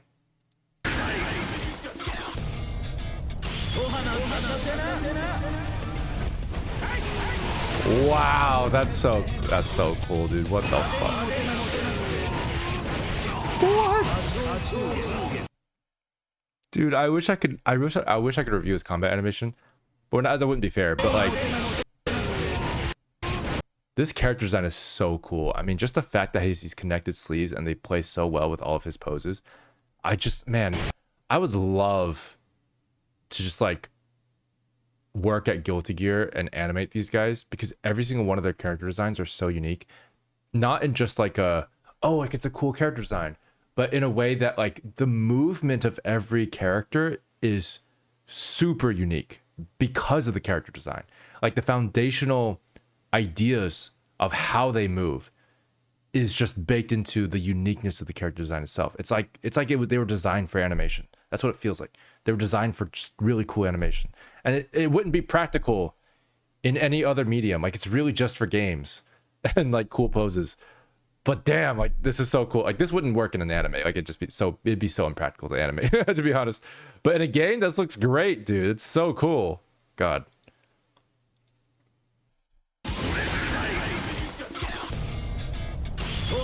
Who are you, by the way? Who is this guy? What's your name? Anji. Anji it is. So Anji here has this like, again, this great facial animation here. You zoom in and he actually has like, I feel like slightly bolder lines, although I might be reading into that too much. but like it's got this really strong kind of like calligraphic style to it. So I think like it's probably because his eyebrows are so dark and they're touching his eyelids, but that accentuates like the whole fan art thing that he just did, where like you could see the fan have this kind of a similar kind of like stylized look to it. He fits really well with that, but these strong shadows are helping a lot with that. But man, the face here is just so like dynamic. You can kind of see like how much his face is actually changing. Compare that to Leo. Like Leo's was rather stiff. He's got like all this emotion here, right? Like look at that. He's got just like small eyes, casual. Suddenly he's like excited. Now he's like excited, serious. Like that's excited, serious. You see what I'm saying? And then he's just like serious, serious. God, that's so good. Man, this guy, honestly, man, he's an A.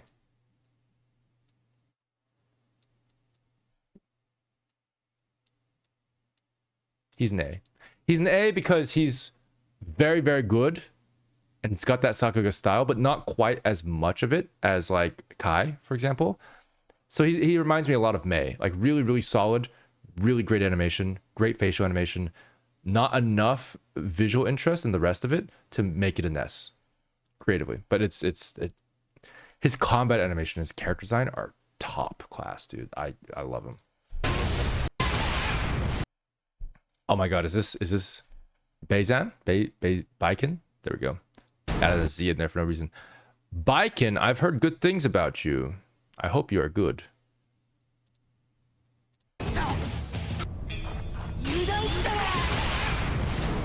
He's got a gun. And a sword. God, the effects are so pretty. What the fuck?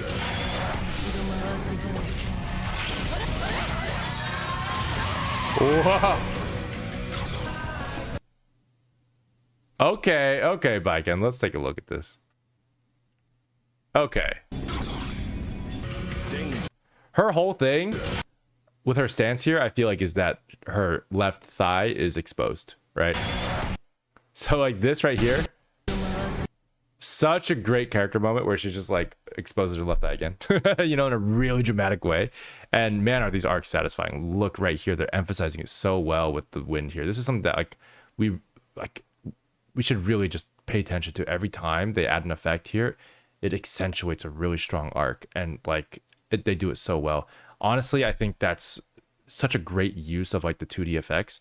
They're emphasizing everything, like everything with these like windy effects, and it probably doesn't take them that much time to add because they're doing it basically in screen space as far as I can tell. So they basically just parent it to the camera and then just like animate on top of it and adding these animated textures to it. And it looks so good because it really complements the 3D animation. And then here we have very, very good anticipation in this pose. And just like, man, look how much the face changes in these poses. It's just so good. So much. Absolutely so much. Oh, she only has one arm. Oh, that's so cool. She's so cool. She's so cool, dude. The one arm swordsman. Oh my god. That is so cool.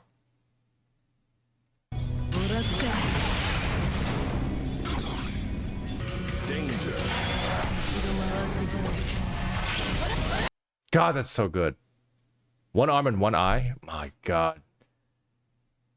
The fact that she has one arm is great because if I watch this again with that context, they're really building some strong anticipation for the left arm to strike. And I was expecting the right arm to strike, so I was reading it a little differently. But knowing that she has one arm and it's her left hand, this is great because if you pay attention to this, it's very subtle, but she grabs it here kind of out of frame, and then the direction that which she's going and which the action lines are going, like right here, this is actually the direction that the sword is facing off screen. So if you actually were to draw the sword here, it would be like that. What it's so subtle, but like that's why the anticipation feels so good, and it leads to her drawing the sword out this way. Like that's fascinating. Oh, so good. All right, Baiken, where are you? Baiken, you're...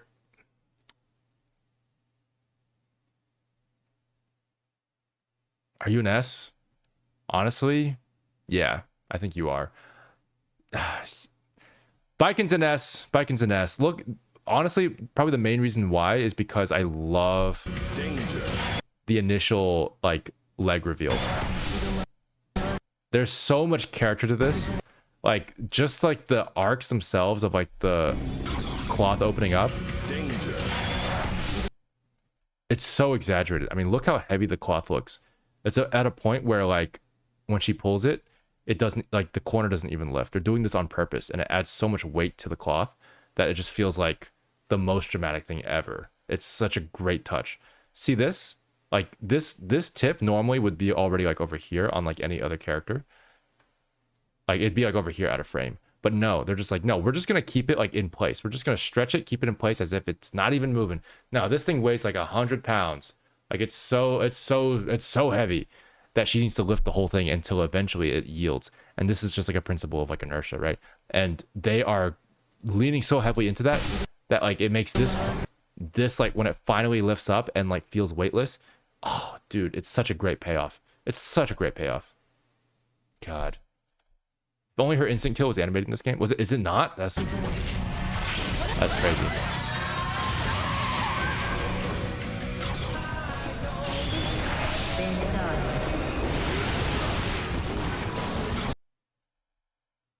Are you like a wolf plant girl? Who are you? What is your name? Giovanna.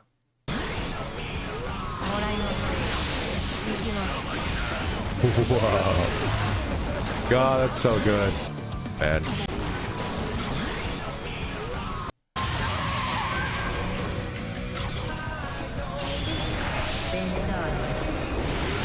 Oh, okay. Man, the arcs on this one are beautiful too. I do wish the anticipation was a little stronger. Like, I do wish the payoff was a little stronger at the end, but I do usually all the time prefer that. And they don't always do it. So it's a personal preference. But take a look at this.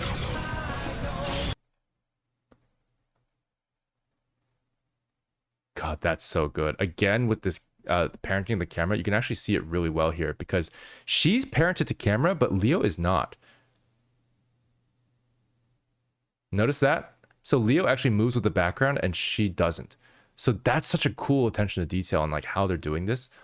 She's the focus, and so therefore she's the only one who's actually like moving with the camera on these twos.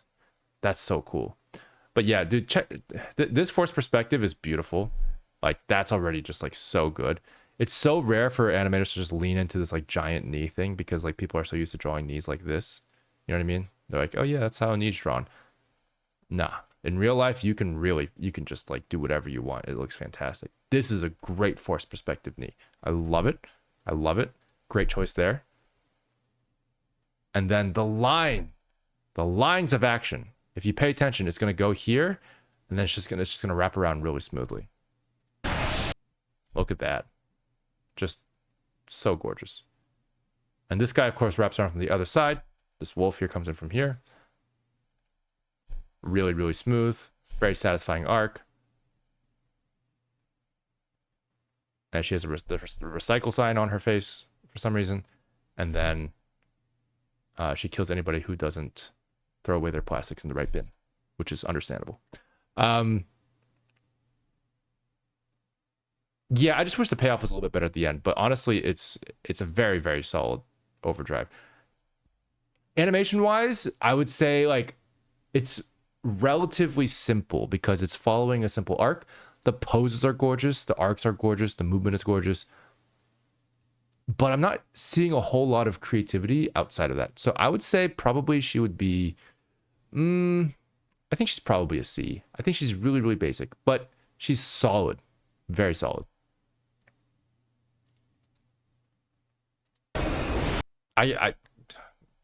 She's not a D, that's for sure. Is any character gonna be a D? I don't know, dude.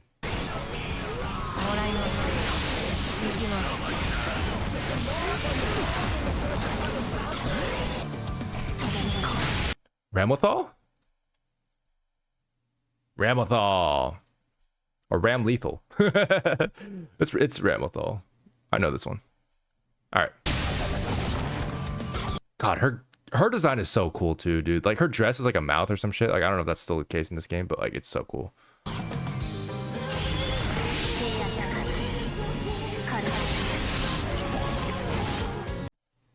Ugh.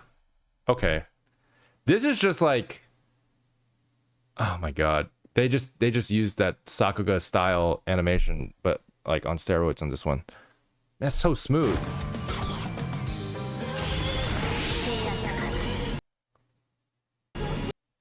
Man, she moves so, her head moves so much. Like look how much her head moves. Like she's all the way back here, right? So like she starts, hang on, go back. She starts here, right here, and then like you go further a little bit. Where does she go? Way in the corner. Now she's like all the way back here. All the way back here, right? Keep going. Where does she go? All the way over here. Her head is moving so much. So this adds so much texture to her animation, which makes her feel like 2D animated. It's like, this is not something that like 3D animators usually do. It's like a very, very 2D Sakuga style thing. And then on top of that, you have like these beautiful mouth poses, which is fascinating. Like this is really interesting because they're adding shadows to the lips as they open them, and like having this really nice curvature here, which is like this strangely realistic kind of like mouth shape on an anime character. Like they're adding all this depth, all this detail to like the lip shapes here. And man, it just adds so much to like the level of perceived effort on this pose. And like, I honestly don't know how they add all those shadows. I assume it's like, I assume it's like mesh based or texture based or something, but it's definitely not automatic. It's 100% hand placed. Man, she's good. Oh, she's so good. I don't know why, but I like her better than the other like just simply well animated ones like May. I think she's an S. I think she's an S because of how much more dynamic her head is moving and her face is moving and those mouth shapes are moving. It's just so much more dynamic here. Oh, man, it's gorgeous. God, and look at the hand animation too. Did you notice that it forms a perfect frame around her face? So like it starts out up, right? Above her to the left. And then it goes to the right for a second, right here. So it starts out here, then it goes here, and then where does it go?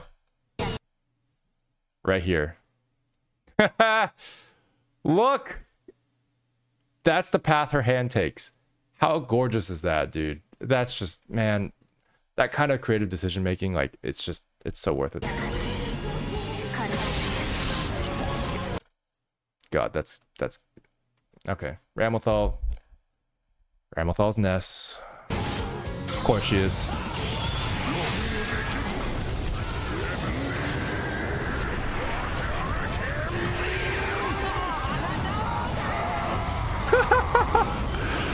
Holy Transformers. This is Potemkin, right? Yeah, Potemkin. What a guy. Potemkin. Man. He's such a fun character, dude. They probably had so much fun with this transformation sequence. God. You know, the funny thing is, I've animated the sequence exactly like this.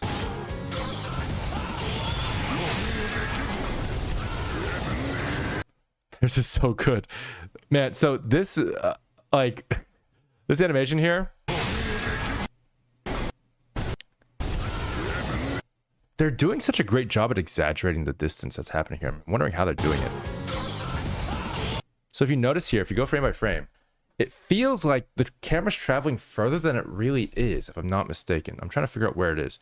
So it goes across his face here, and then it kind of gets a screen wipe from his left hand.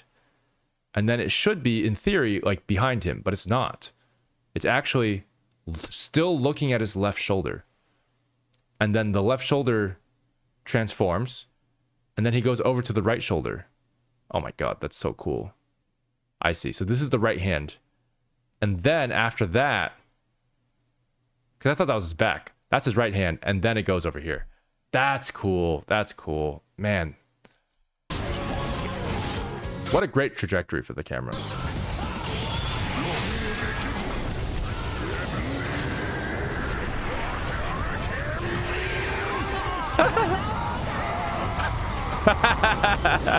It's so funny, dude. The fact that the characters are like screaming.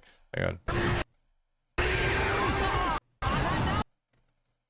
Dude, look at these carefully crafted poses for the enemy.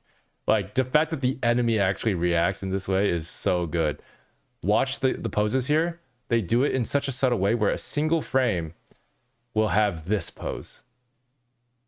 The oh my god, help me, I'm gonna die pose. Which is so... It's for one frame, guys. It's for one frame. And it works so well. It works so well. Also, I just want to give a shout out to the effects here. These effects are absolutely gorgeous. Man, they're so pretty.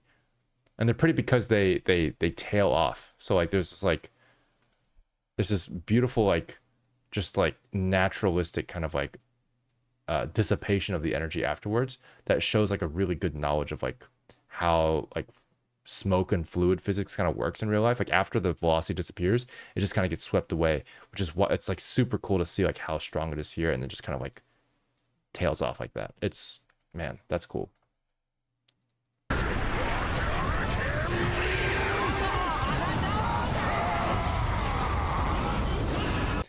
God, this guy's hilarious.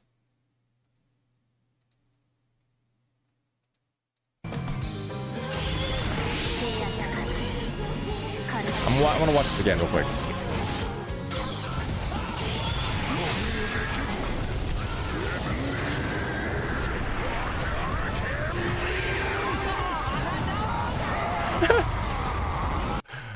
The only thing I have a small gripe with, I wish this had more animation. Like it's just frozen.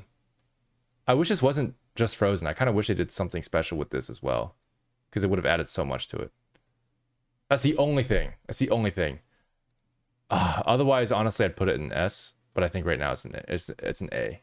It's an A. It's a really solid one. It's a really solid A. But yeah, I just wish it was less stiff on the downwards. Ryan, I'm using G-Ink. G-Ink is, I think, like this free thing on GitHub that you can download, and it actually will draw over anything on your desktop. So it's actually I'm just drawing on my desktop, not specifically on YouTube.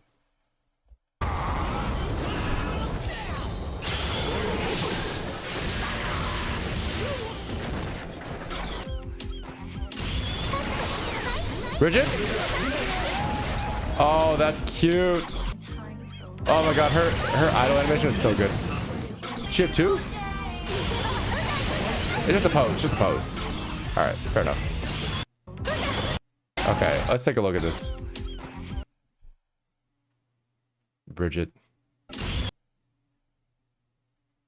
Oh my gosh, she's so cute. Again, with this amazing facial animation, every single pose is so dynamic. The arcs are gorgeous too. They come around her and all the way up. So they just form like this arc here, which builds up that tension.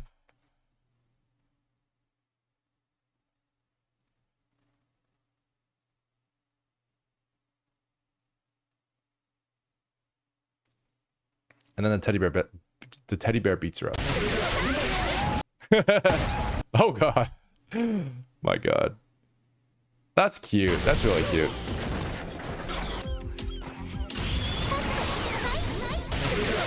God, that's solid as heck, bro. She's adorable. Yeah, she's absolutely adorable. You know why she's adorable? Let me show you why she's adorable.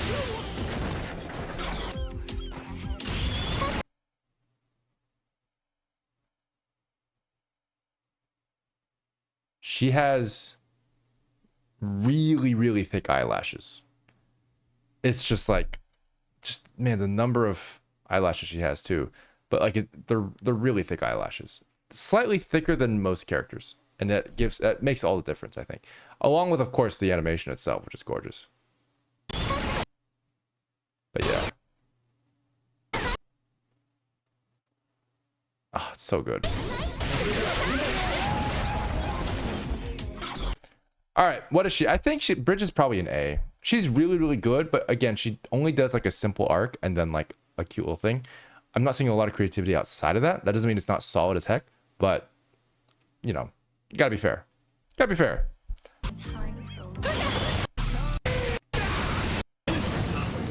Who's this guy? All right, what's your name? Your name is Goldlewis. Obviously. Oh shit. Oh shit. Oh my god.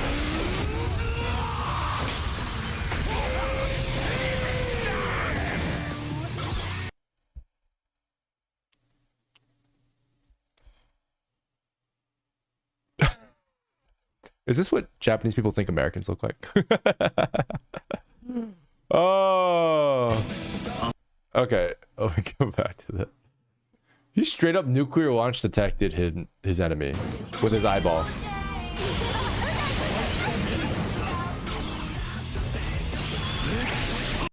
That's so funny. This is so funny. You're telling me that's not what Americans look like? No, it's fairly accurate. What I love is that like it's juxtaposed by like the most Japanese man.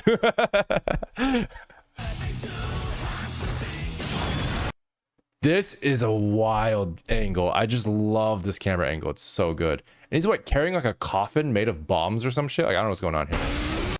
But like he's holding it like a giant like glove brass knuckle thing, which is insane. Breaks his glasses. Has veins on his face. Great attention to detail there.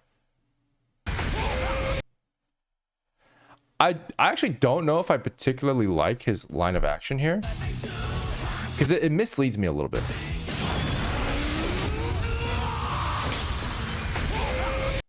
It misleads me a little bit. I would say like, I'm not sure if there's necessarily a better way to do it, because what they did is actually hilarious, and I like the fact that they broke his glasses and stuff. But like, take a look at this. First of all, I love that angle. That angle is gorgeous. Right here, the lines of action are really good. They're diagonal, and then you go up to this. Sorry, hang on, let me go back a couple of frames so this makes sense. Like right here, it's... Nope, not there.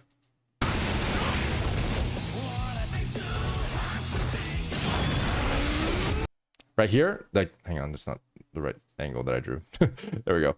So this line of action is really good, right? Like that's fantastic. He's like throwing a punch with his left hand, his character left hand, right?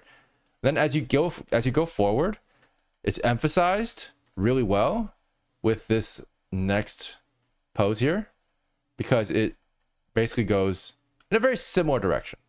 Now they've transformed the line of action to be slightly more vertical, and that's fine, but it's still in the same general direction. It's like, you know, cool, fair enough. It's going up. It's going to be an uppercut. It's going to be something where like this fist is clearly coming at camera pretty soon, if that makes sense, right? Especially with his head leading towards camera. So this is going to come towards camera in a little bit. That's kind of the anticipatory signal that I'm getting here from this pose, and that's great. But then he comes in, and then suddenly he changes his line of action again. But notice this time he went down and then up this way, right? Down and up this way. And because his face is so much further now to the right, and what I mean by that is like we're seeing like his left ear more. If you draw this plane, like we're seeing his left ear a lot more, right? You don't see his right ear as much anymore. That kind of implies that like we're not going to see his left hand anytime soon anymore. Like that's gone. Like his left hand is like gone. He's dead.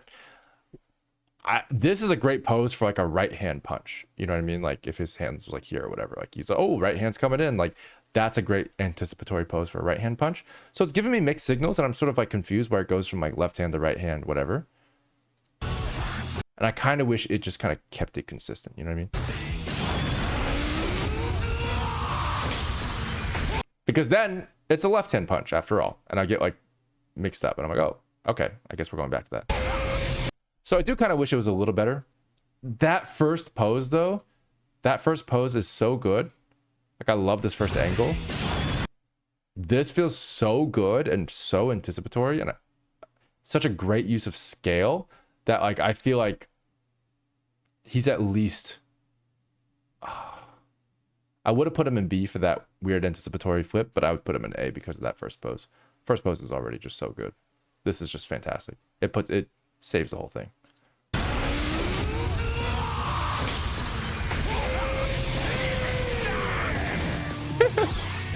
he's so American. God.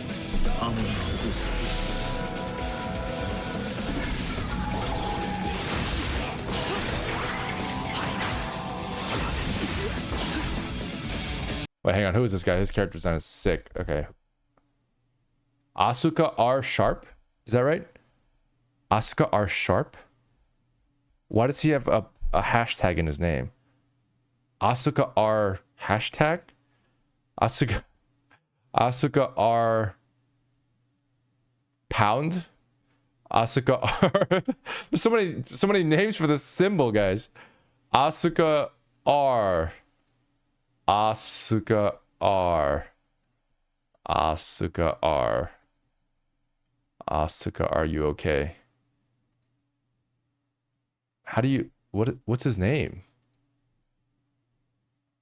Guilty Gear got a Guilty Gear, honestly. Like, just the fact that, like, the previous game was Guilty Gear X art is, like, hilarious. It's because that's the fake Asuka? Who's the real one? I don't see a real one anywhere. Fair enough. I guess he's not the real one's not a playable character. I read it's because he has Cruz in his name and it means sharp. Asuka R Kreutz. Oh, Asuka R Kreutz? Wait, is that actually how you pronounce it? Oh, the real one's in story mode? I mean, fair. Wait, but like, how do you pronounce, like, what am I supposed to say? Asuka R Kreutz? Who's the one with the wrecking ball? That's Jacko. Okay. Asuka R Kreutz it is. Asuka R works as well. All right, Asuka R. Asuka R. Thanks for the information, guys. Appreciate it. I'd be lost without you.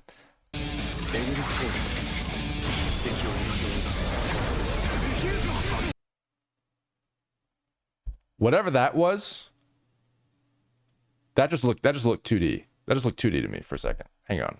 Let's go back. Rewind that back.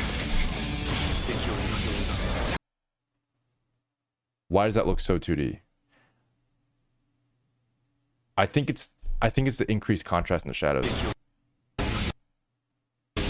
Yeah, it's 100% that. Oh my god, that's crazy, dude. So they increase the contrast in the shadows here because they're showing off like a really bright light, and that gives this really like manga style look to it.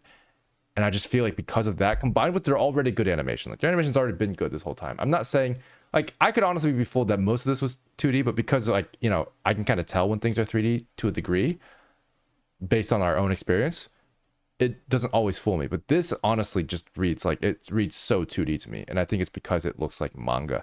Like, it's so much more contrasted. Every single shadow is more contrasted. If you look at like under his hair here, under his neck especially, over here and all these like details and stuff, all his clothes, really highly contrasted, which really stands out like this whole animation. That's insane to me, dude. They're already doing this great Sakuga style animation that I talked about before. It's exactly the same as before, but man, does it look fantastic.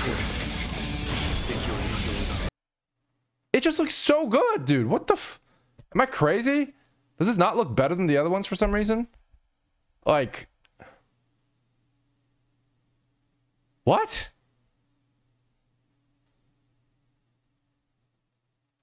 What?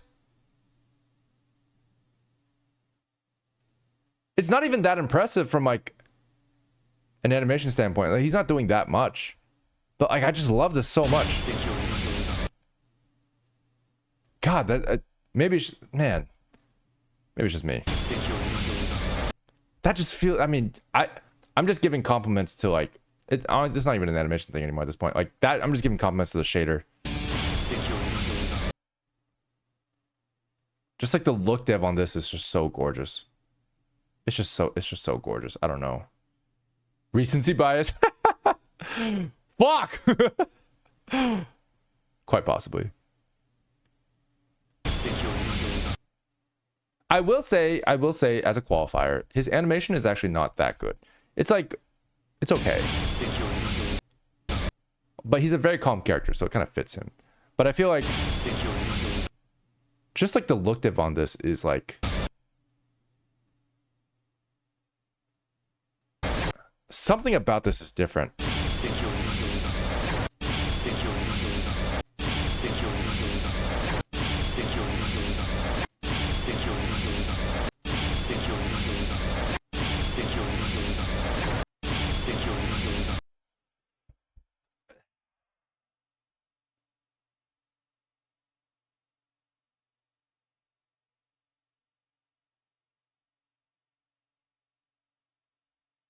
I don't know, man. This guy's giving me like the heebie-jeebies. I'm putting him in SS. I don't know why. Okay, I'm just gonna tell you guys that much. I don't know why he's in SS, but he is. Oh, we're moving on now.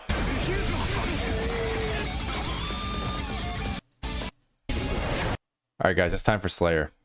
It's time for Slayer. Guilty Gear, Strive, Slayer, Overdrive. Hey, Wilson, how's it going? Okay. There's a trailer. Oh, instant kill. Is this 4 years ago? There we go. Mankind knew okay, interesting. We got a trailer. that they cannot change society. So instead of reflecting on themselves, they blame the beasts. Heaven. Who's that? Oh, I see. いつまで現役気取ってんだ。君が退屈させてくれればな。Slayer versus Soul. Duel 1. Let's rock. My God.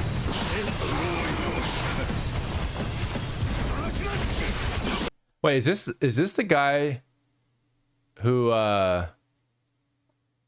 in his ultimate he like bites a girl's neck and then becomes like really strong? That's his wife? Okay, cool.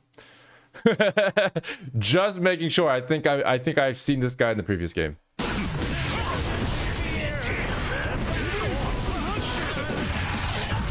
Holy shit.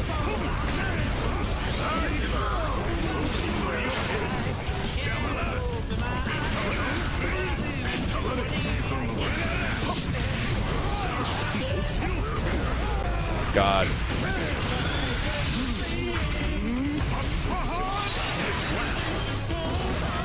God damn. His gameplay looks so good.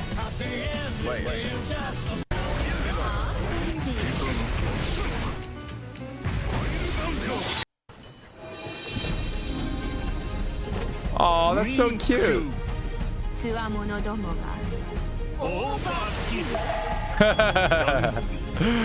Oh my God, dude. Wins. Mankind knew that they Why is it here twice?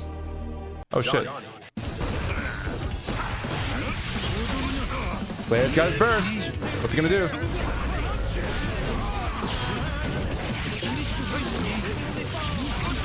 God, all the poses are so good, dude. Johnny!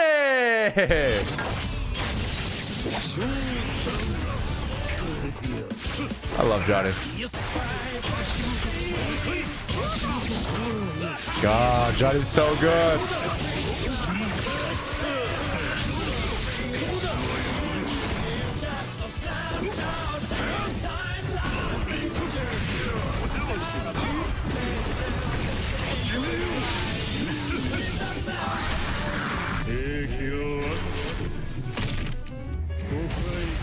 Whoa.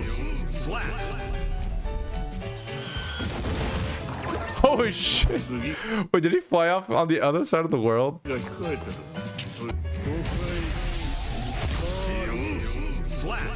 Holy shit. That's so good, bro. Holy shit. That's amazing. All right, let's take a look.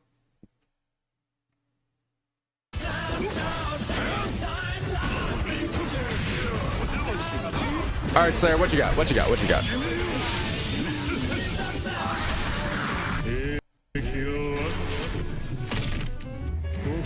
Okay, okay.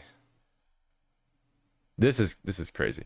Okay, so they're making use of a lot of these screen wipes, which is really cool. Like, that's a cool transition right there. And then let's take a look at his facial animation here, which is great. And it's like accentuated by the fact that you can only see like certain poses, which is great. I kind of wish they did something similar to what was that guy? Happy Chaos? Happy Chaos has such a great look in his eyes for one split second. I kind of want him to have this here. He kind of has it, but not enough. I feel like he would need something like really exaggerated here for just one split second to show how excited he is to dig into this neck, and then have it just go away in this frame. That would have been great. That would have been cool. Also, the blood comes from the side, which is funny because like the neck is definitely like here, but the blood comes in from here. But that's a small thing.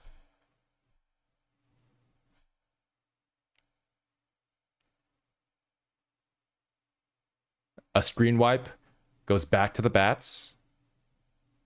Bats come back in again. Screen wipes again. These are all really cool techniques to get this like mysterious vibe. And then right here, his face is fascinating here.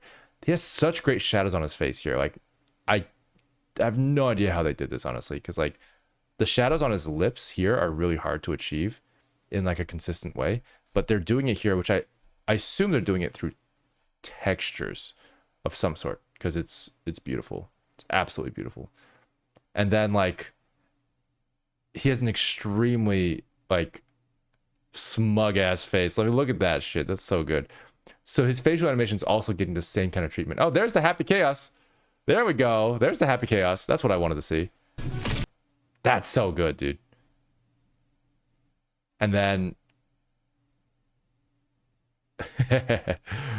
oh god, that face. Oh, it's so good. Yeah, Slayer's good. Slayer's good. He's much more creative with what they're doing here because they have those screen wipes.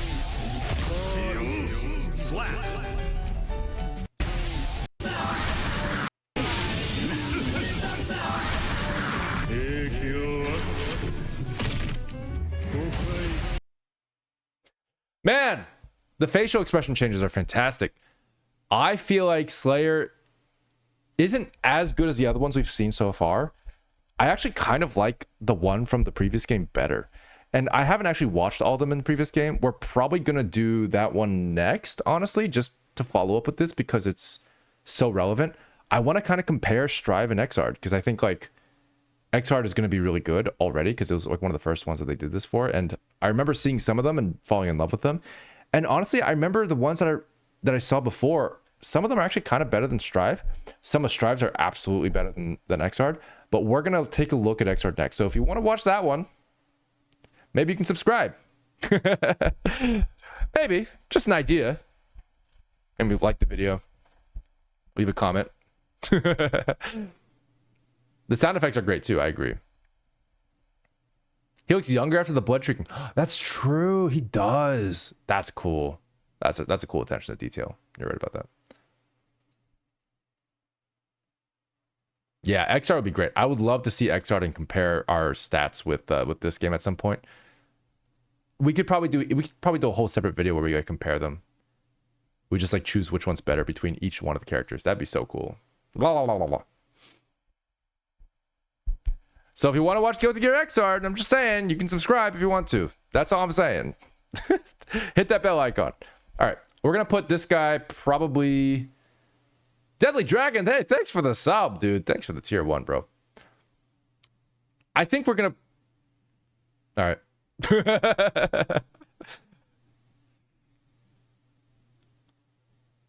That's fine. It gives me time to think. Oh crap. I forgot to think. Man, Slayer is probably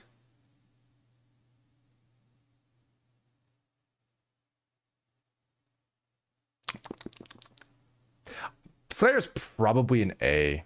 I think he's not quite good enough to be an S just because he doesn't move as much.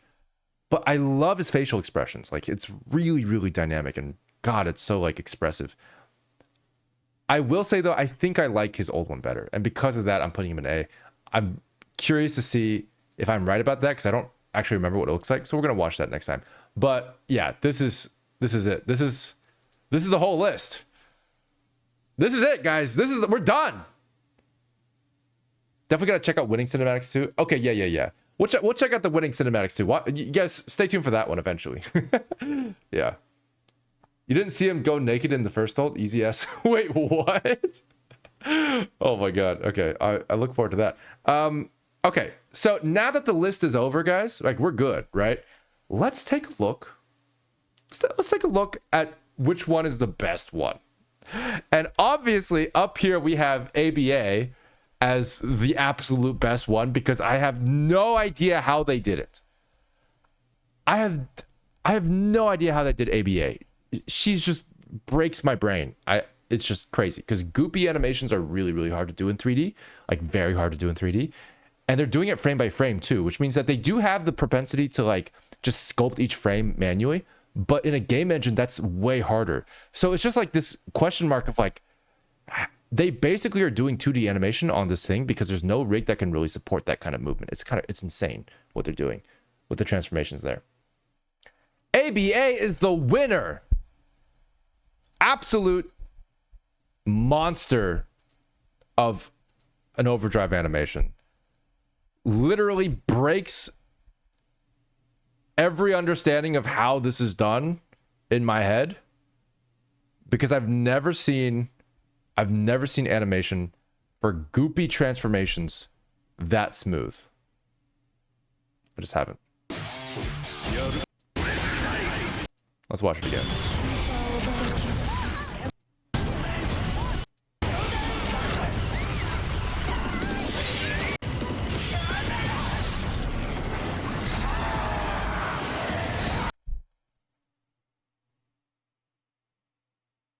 What?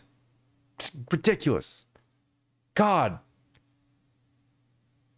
Fuck. What if it was a pre-made action overlaid on top of the game? Yeah, maybe. Like, at first I thought it was 2D, but you could see polygons on it. So I'm like, what? Like, that's insane. That's like, because it might as well be 2D. Like, it doesn't have to be 3D. But I could see polygons on it, bro. Like, all the shading is perfect. Like, that doesn't make any sense. Like, it's... Anyway. Did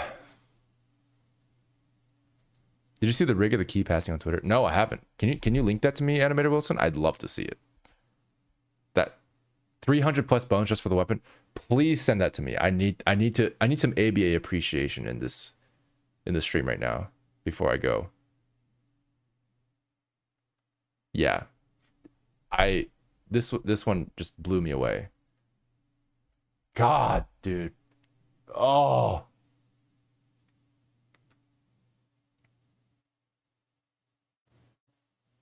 Yeah, you can just send it in the Twitch chat.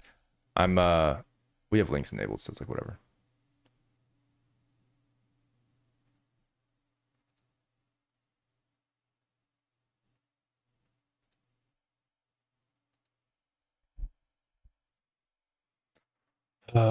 Jeez.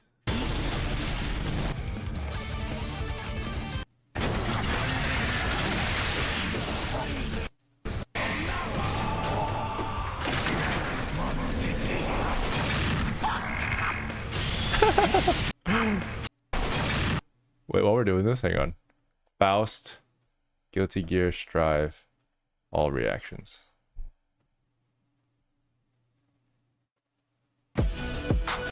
Okay.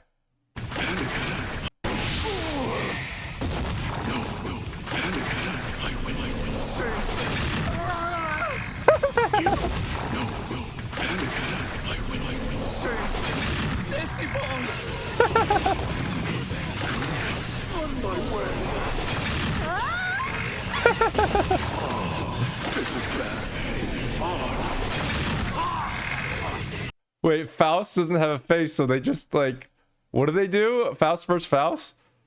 They have his eyes and mouth like on a different character. What is going? That's so funny. What I love about this though is that they have basically the nose shadow drawn on the bag, and like this is a crinkle here. This wrinkle implies like a very open mouth. That's like this. It's like it's a chin line. That's so subtle. It's fantastic. My God. Jesus Christ. This is bad. Oh, here's a mouth. Oh my God, that's so good. That's so good, bro.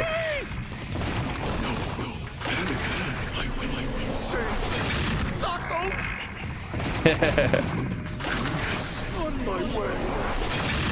That's great. Zato's is so good, bro. The extra veins, like he's already a detailed character, so they add even more detail, and the sweat too. God, that's beautiful. So many more wrinkles. It's broken. Oh, this is bad.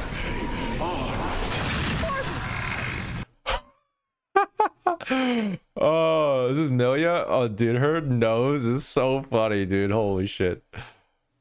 Oh my God. Oh, so good. Notice how these shadows kind of just like blink into existence. All these lines blink into existence. I'm pretty sure they're just meshes with like textures on them or whatever. Yeah, but look at the shape of that mouth. That rig is just pulling itself everywhere. So good. So many lines, but the nose just moves up, bro. The nose just moves up. It's God, I love this. Oh, this is bad.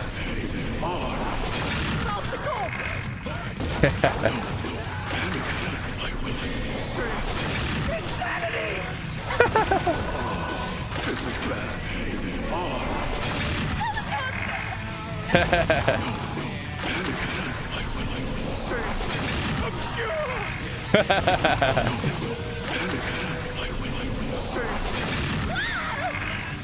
Ramlethal.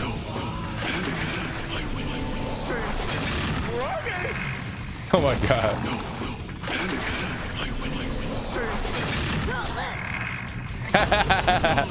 I love that they made her so much more subdued. God. The American. Oh my God, Jack O's is so good. That's probably my favorite. The cheek puff.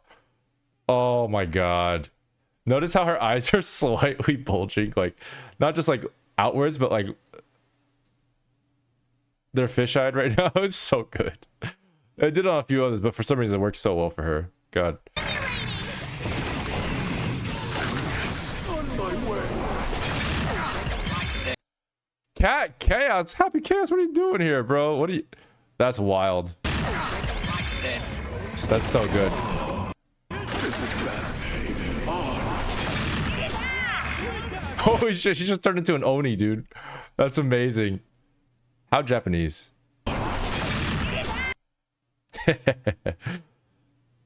Oh, Jacko has two? Oh, because she has a mask on. Oh, that's so cute.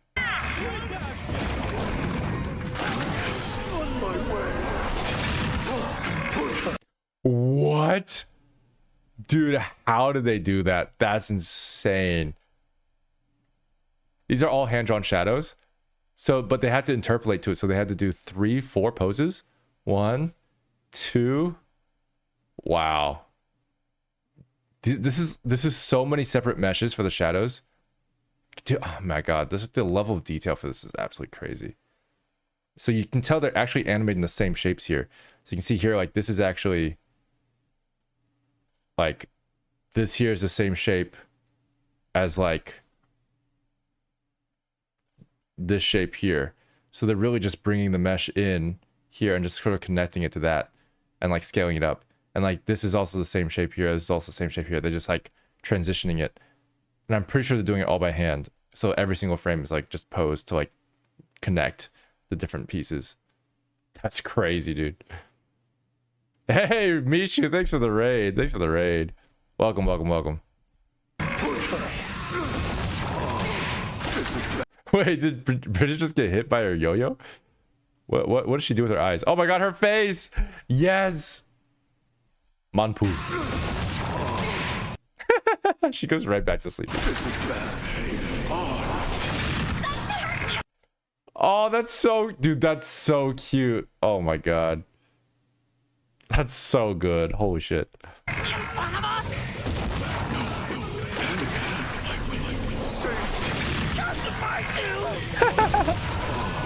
This is bad.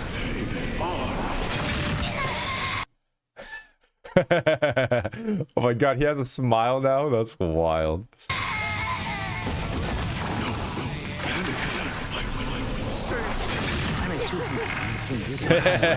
Dude, they gave him chapped lips. That's so good. Look at this. They're just like, yeah, we're just gonna chap his lips, bro. Oh my god. I see. Medicine. Wins. Thanks, Faust. I appreciate it. Always so good at delivering healthcare. God damn, dude. That's crazy. Yeah, Wilson, no worries. I'm excited to see it. Let me Google it at the same time. Let me see. See if I can find it somewhere. So we're looking at rigged bone rig demonstration for ABA Guilty Gear Strive Twitter. So we get something.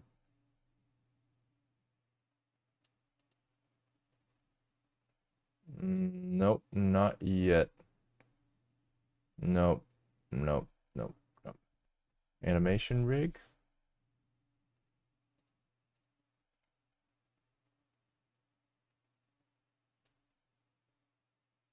Nope. ABA weapon?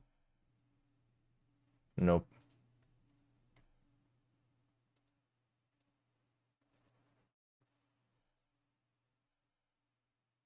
That's okay. If I can't find it, we can't find it.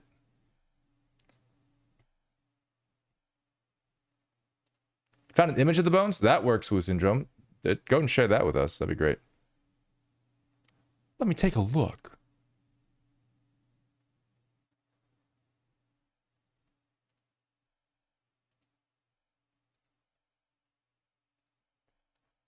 Bruh. Paracelsus? That's the name of this. That's the name of the weapon? Yo. Dude, that's crazy.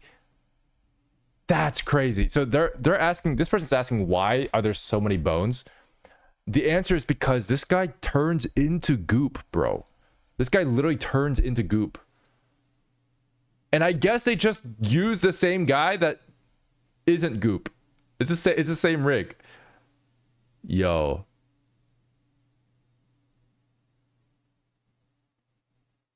Oh, what's this? Oh, same thing. He turns to goop, bro. He turns to goop. If he didn't turn to goop, he wouldn't have that many bones. He'd have a lot, but not that many, I'm pretty sure.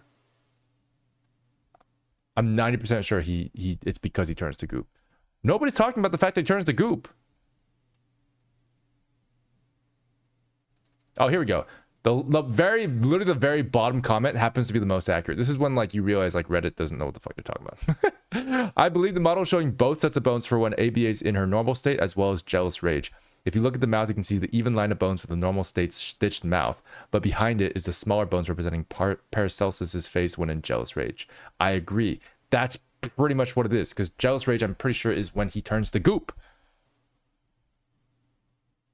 God. Yeah, that's insane, bro. That's so many bones. Yeah, prop to the animators. Prop to the animate props. Prop to the animator animating props. All right.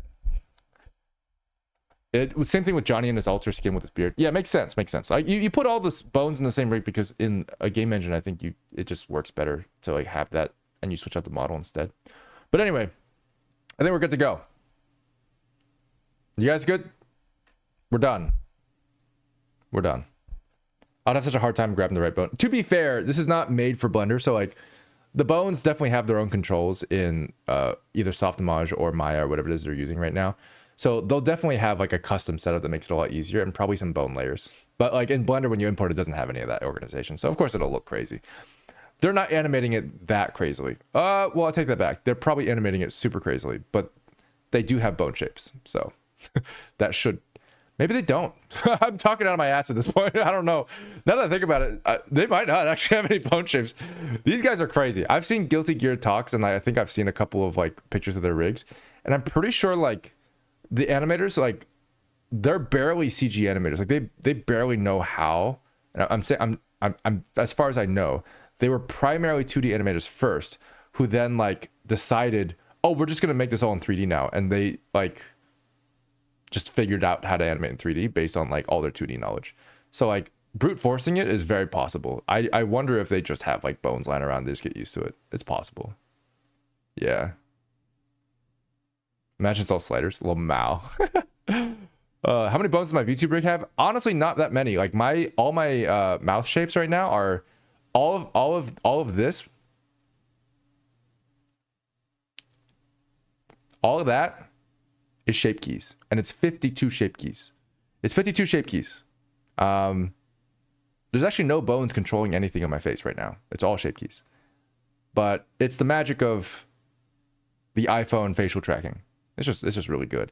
And then when you have that combined with shape keys that make sense, like a big part of what makes this rig good is a lot of how I designed it with the shape keys. So like the shape keys that are specifically chosen for each of the 52 blend shapes are chosen to mix well.